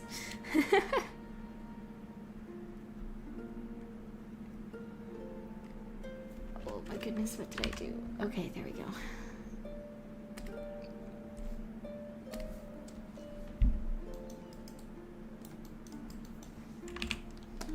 I got easily kind of skeeved out by, like, surgery when I was a kid. Like, there was this one mini-game in that Rayman Raving Rabbids game. The one that's, you know, that like, mini-game compilation Rabbids game on the Wii. We used to have that game. And there was this mini-game that was, like, a brain maze that you had to like use the Wii remote to like tilt this brain, and there was like a ball inside the brain and you had to take it through the maze by tilting it out. And for some reason when I was like 7 years old, it freaked me out. That specific minigame freaked me out, and I would have my dad do it for me. I don't know why a ball going around in a brain freaked me out so much, but it did. But also that game in general was kind of freaky. Everybody's like evilly screaming at Rayman and stuff. And him being like trapped in this arena. The dinner mini game with the candles stressed me out. I don't remember that one. I'd have to look it up.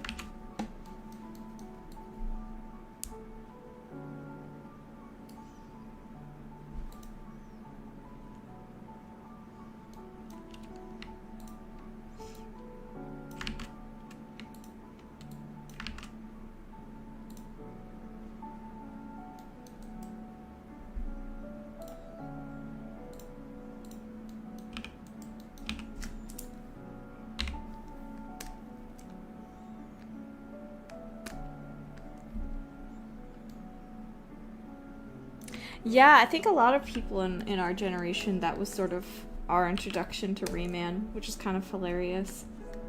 That's very much not really Rayman.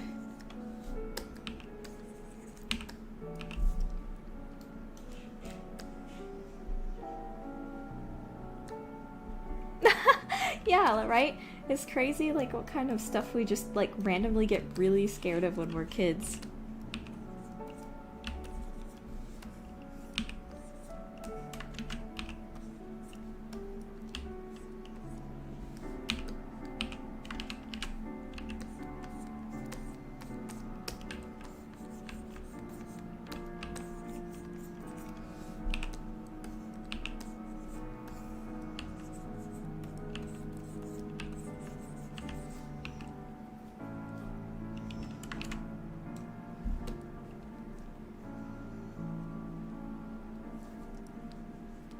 Emmy?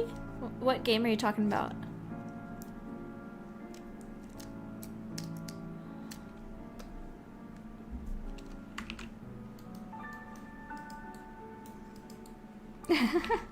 Yeah, I'm sure Goosebumps freaked out a lot of kids.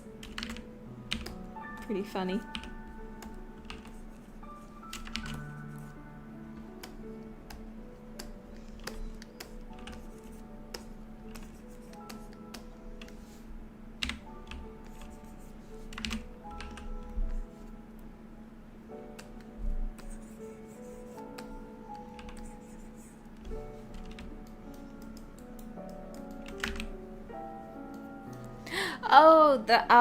The robot that hunts you in Dread.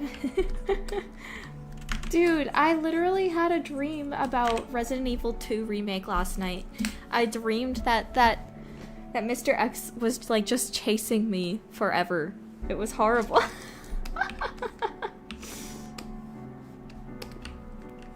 I haven't even played that game in a while. And I thought like, oh, if I go outside, then he won't be able to chase me anymore. Because that's in public with a lot of people around. But nope. Still chased me. Whoops.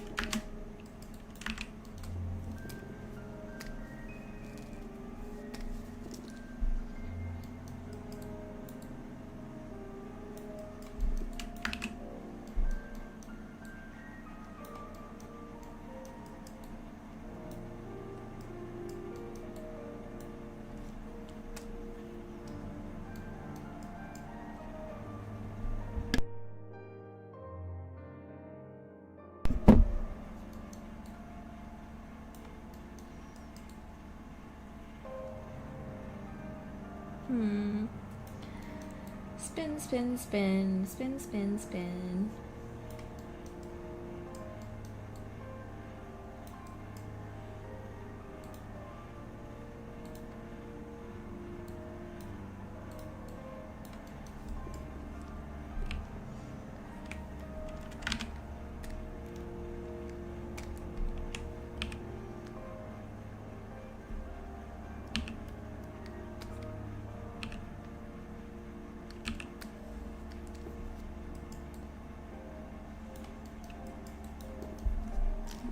I think maybe I'll take a look at the vest next.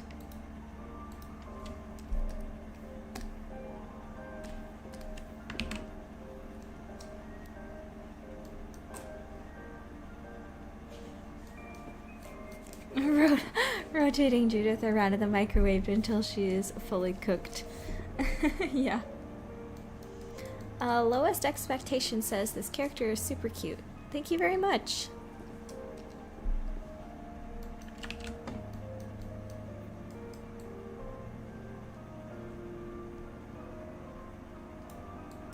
She is the most well-dressed 13-year-old ever.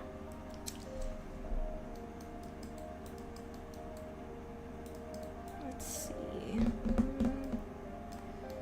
I think... Yeah, okay. The vest. Let's look at the vest.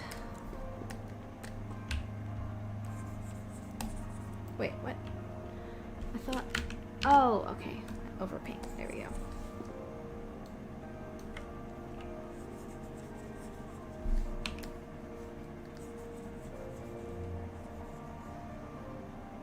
Well, this outfit specifically is not necessarily canon, but I would say that yes, she does like wearing this kind of stuff.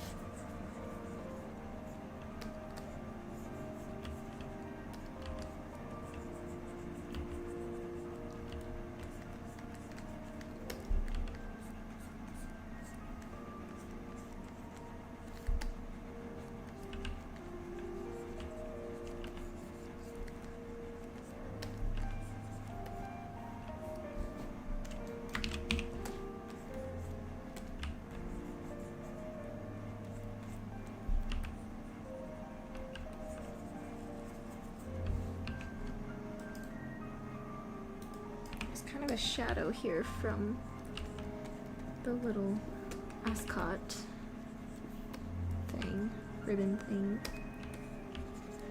So I'm unsure how much of this I want to paint.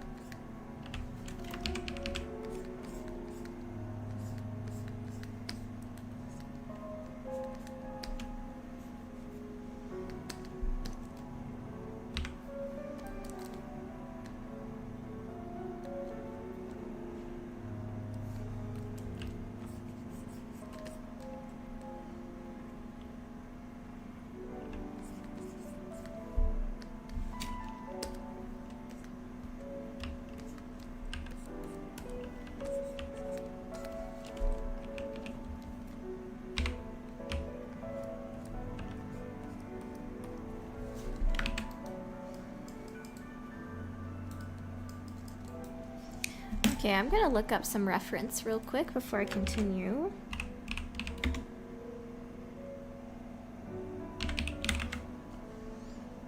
The red vest.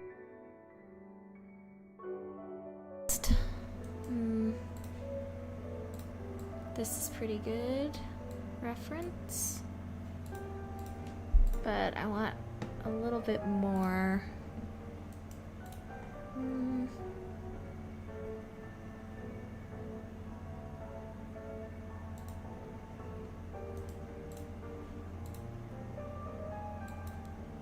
Okay, this one is also good.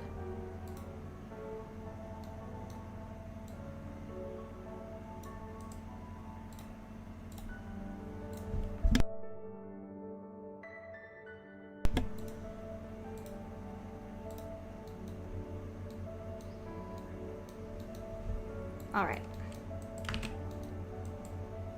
A pirate outfit? No. This is the cowboy outfit, which I'll probably also stream.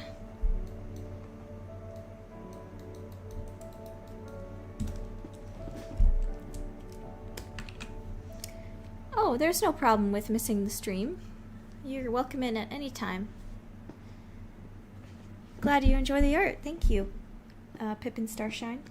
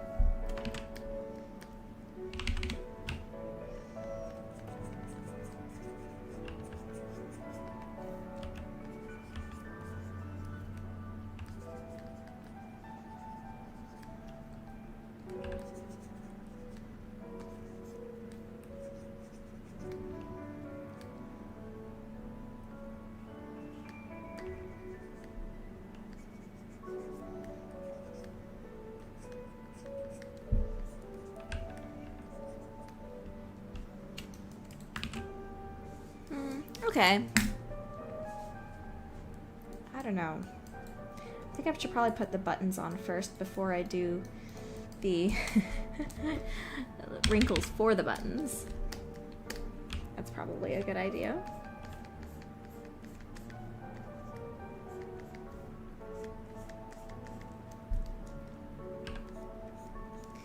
They certainly do have pirates, though the age of piracy is not quite the same as it once was, I suppose. See, what kind of buttons was I gonna do? Just red? I don't know. I think black buttons would look nice. Probably do this kind.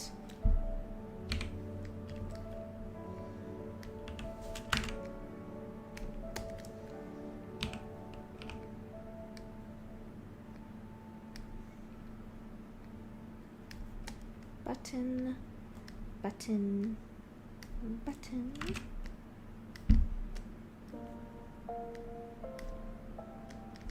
And button.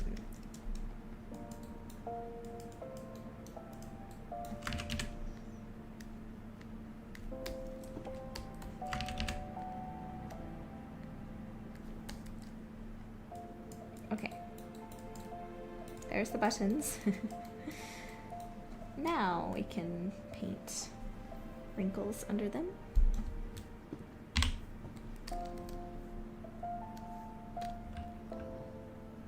And shadows.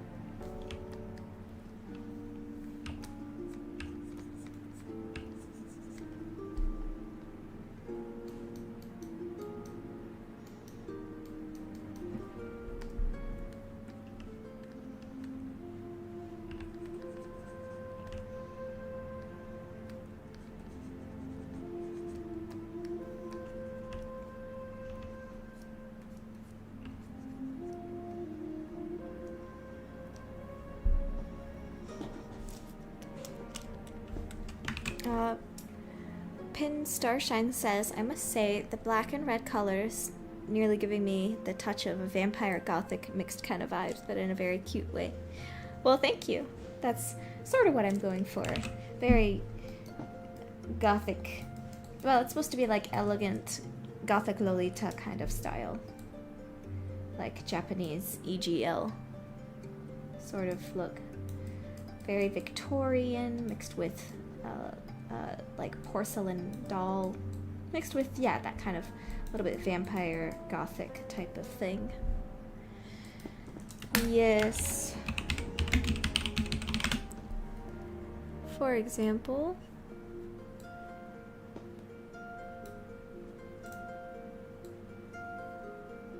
like these like princess gown type thing.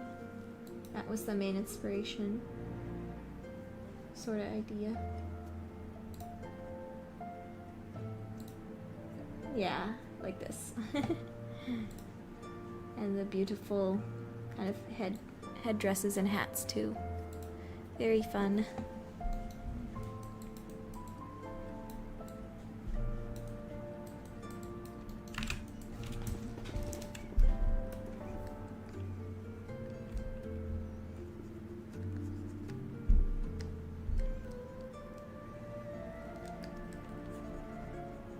Oh, I'm sure Marisol would love all of those classic Gothic novels.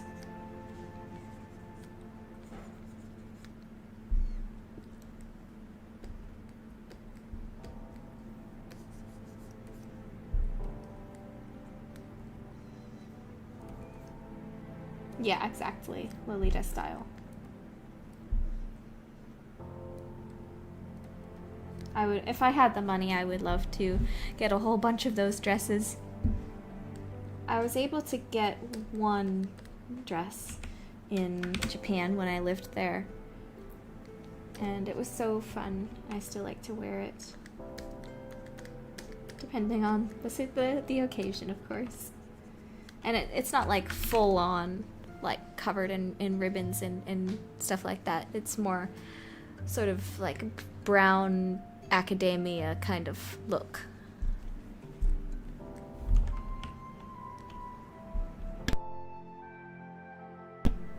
Sort of light academia kind of thing.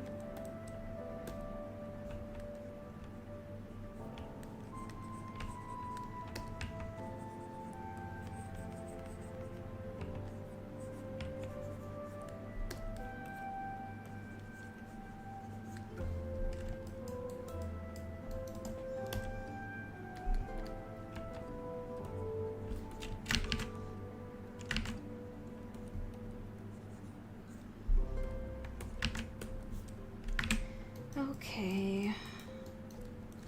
I'm kind of getting mad now. Just because I want this to look really good. And I'm not sure if I'm doing the right things.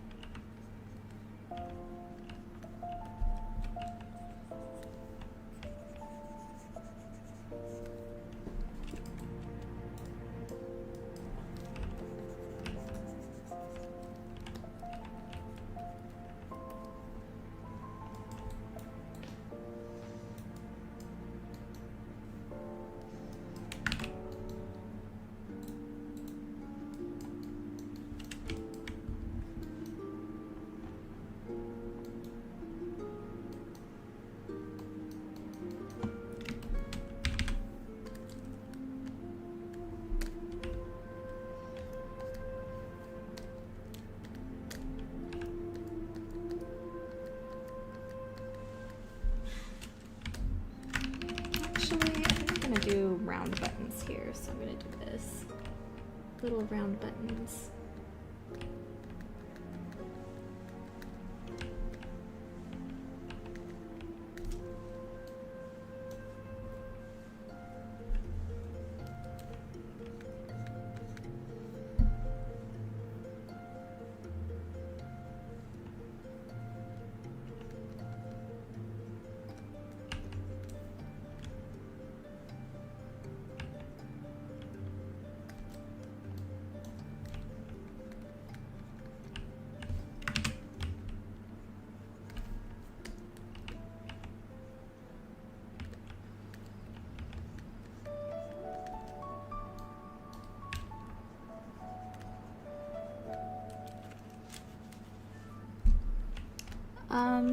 Pin Starshine says, will the other characters be wearing different clothing styles on their own, or will they also be having the same ones as Judith?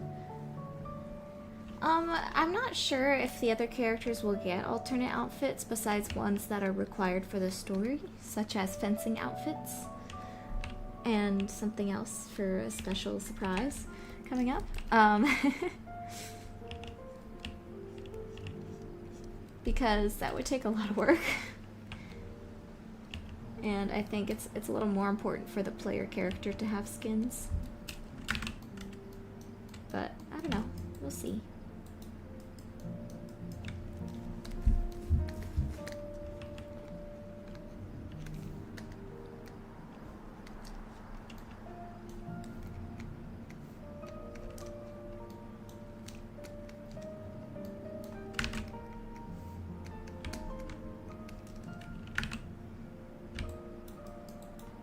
Oh, there we go. Look at cute little buttons.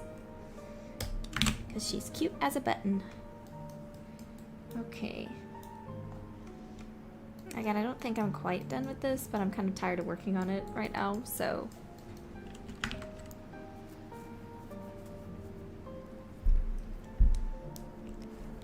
Bright Eye Uwu says, Lice Market is secondhand for Lolita fashion, but I would say the outfit is more romantic goth. Yeah, I think you're right.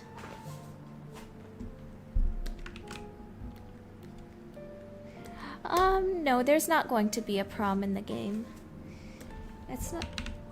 That would be a lot of fun, but definitely too much work.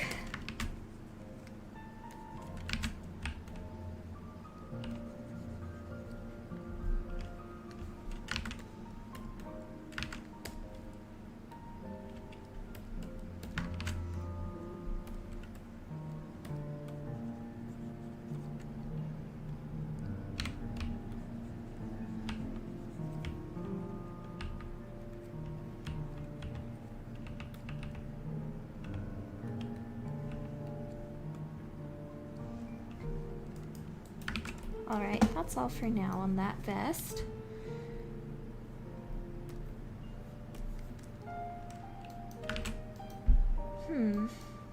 Thank you, Zephyl.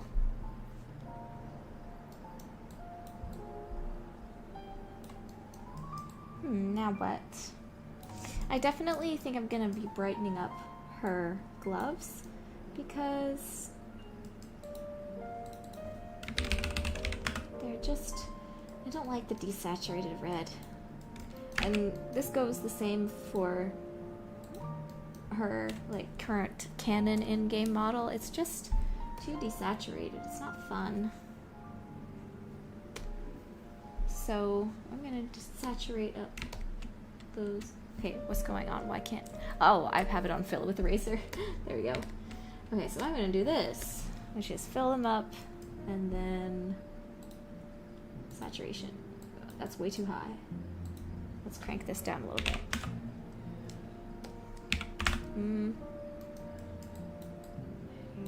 No. Hold on. Let me try something else.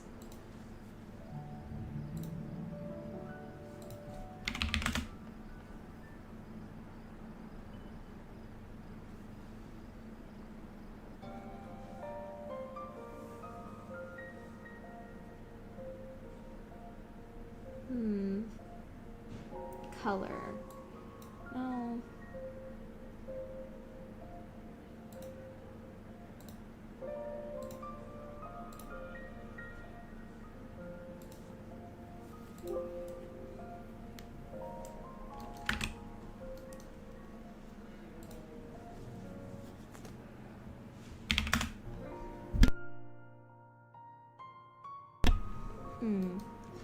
I'm gonna have to combo a few things here. I might have to. For now, I'm gonna leave it there. And I'll get back to that later.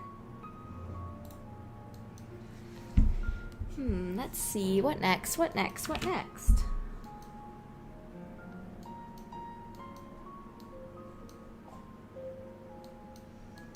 How about we do the little cross thing? This shouldn't be too slow. Should be pretty fast. I'm gonna use my handy dandy polygon brush. Woohoo!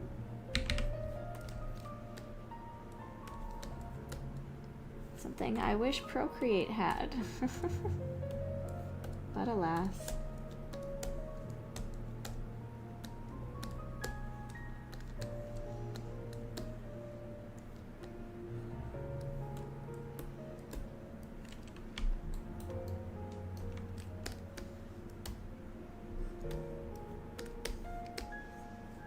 Okay. Now,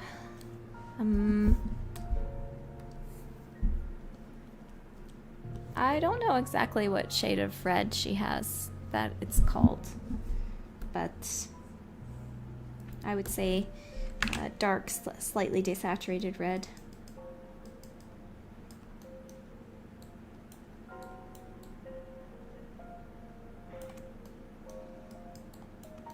This is like my favorite color red right here. I love this color red. My favorite.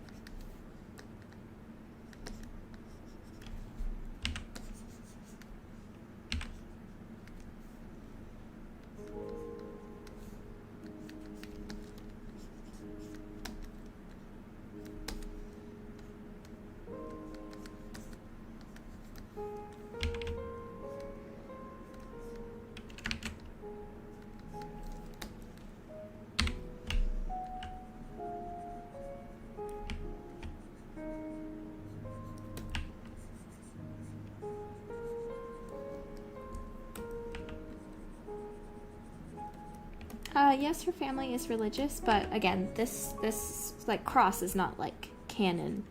This is a non-canon outfit, so don't worry about it. It's just here for the Gothic aesthetic.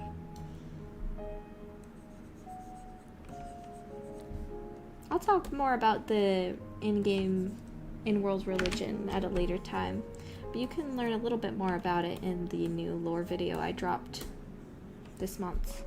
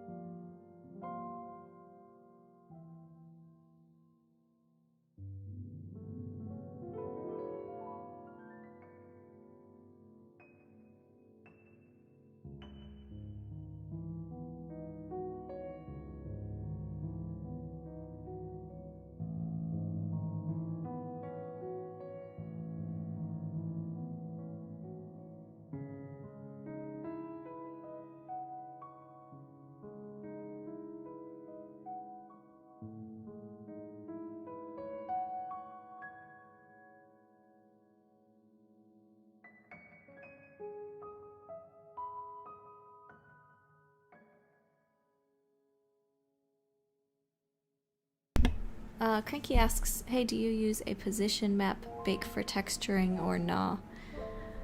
I don't. I use ambient occlusion bake. I actually do not know what a position map bake is. Whoops.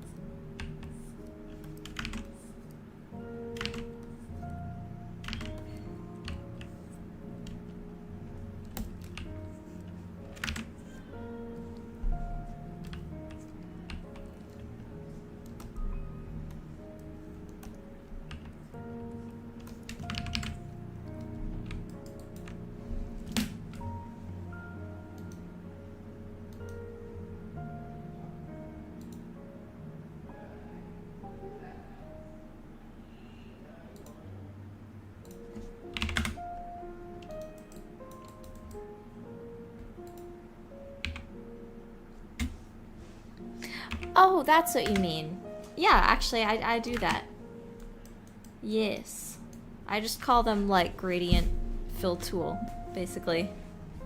Yep. You can, like, specify the access and everything. Yep.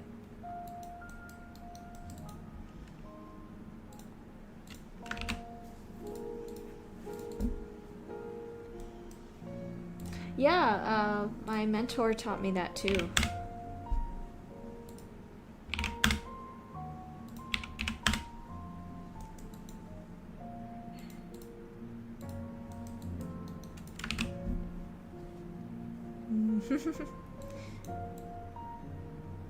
Okay, cool. I think we made some good progress, but I think I'm about to check out. Got some other stuff to do. I think we made some great progress.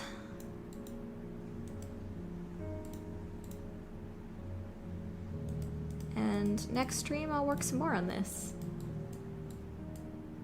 Oh, it's so cute. I have to collect some more references for some of the other stuff, like the skirt and the boots and stuff.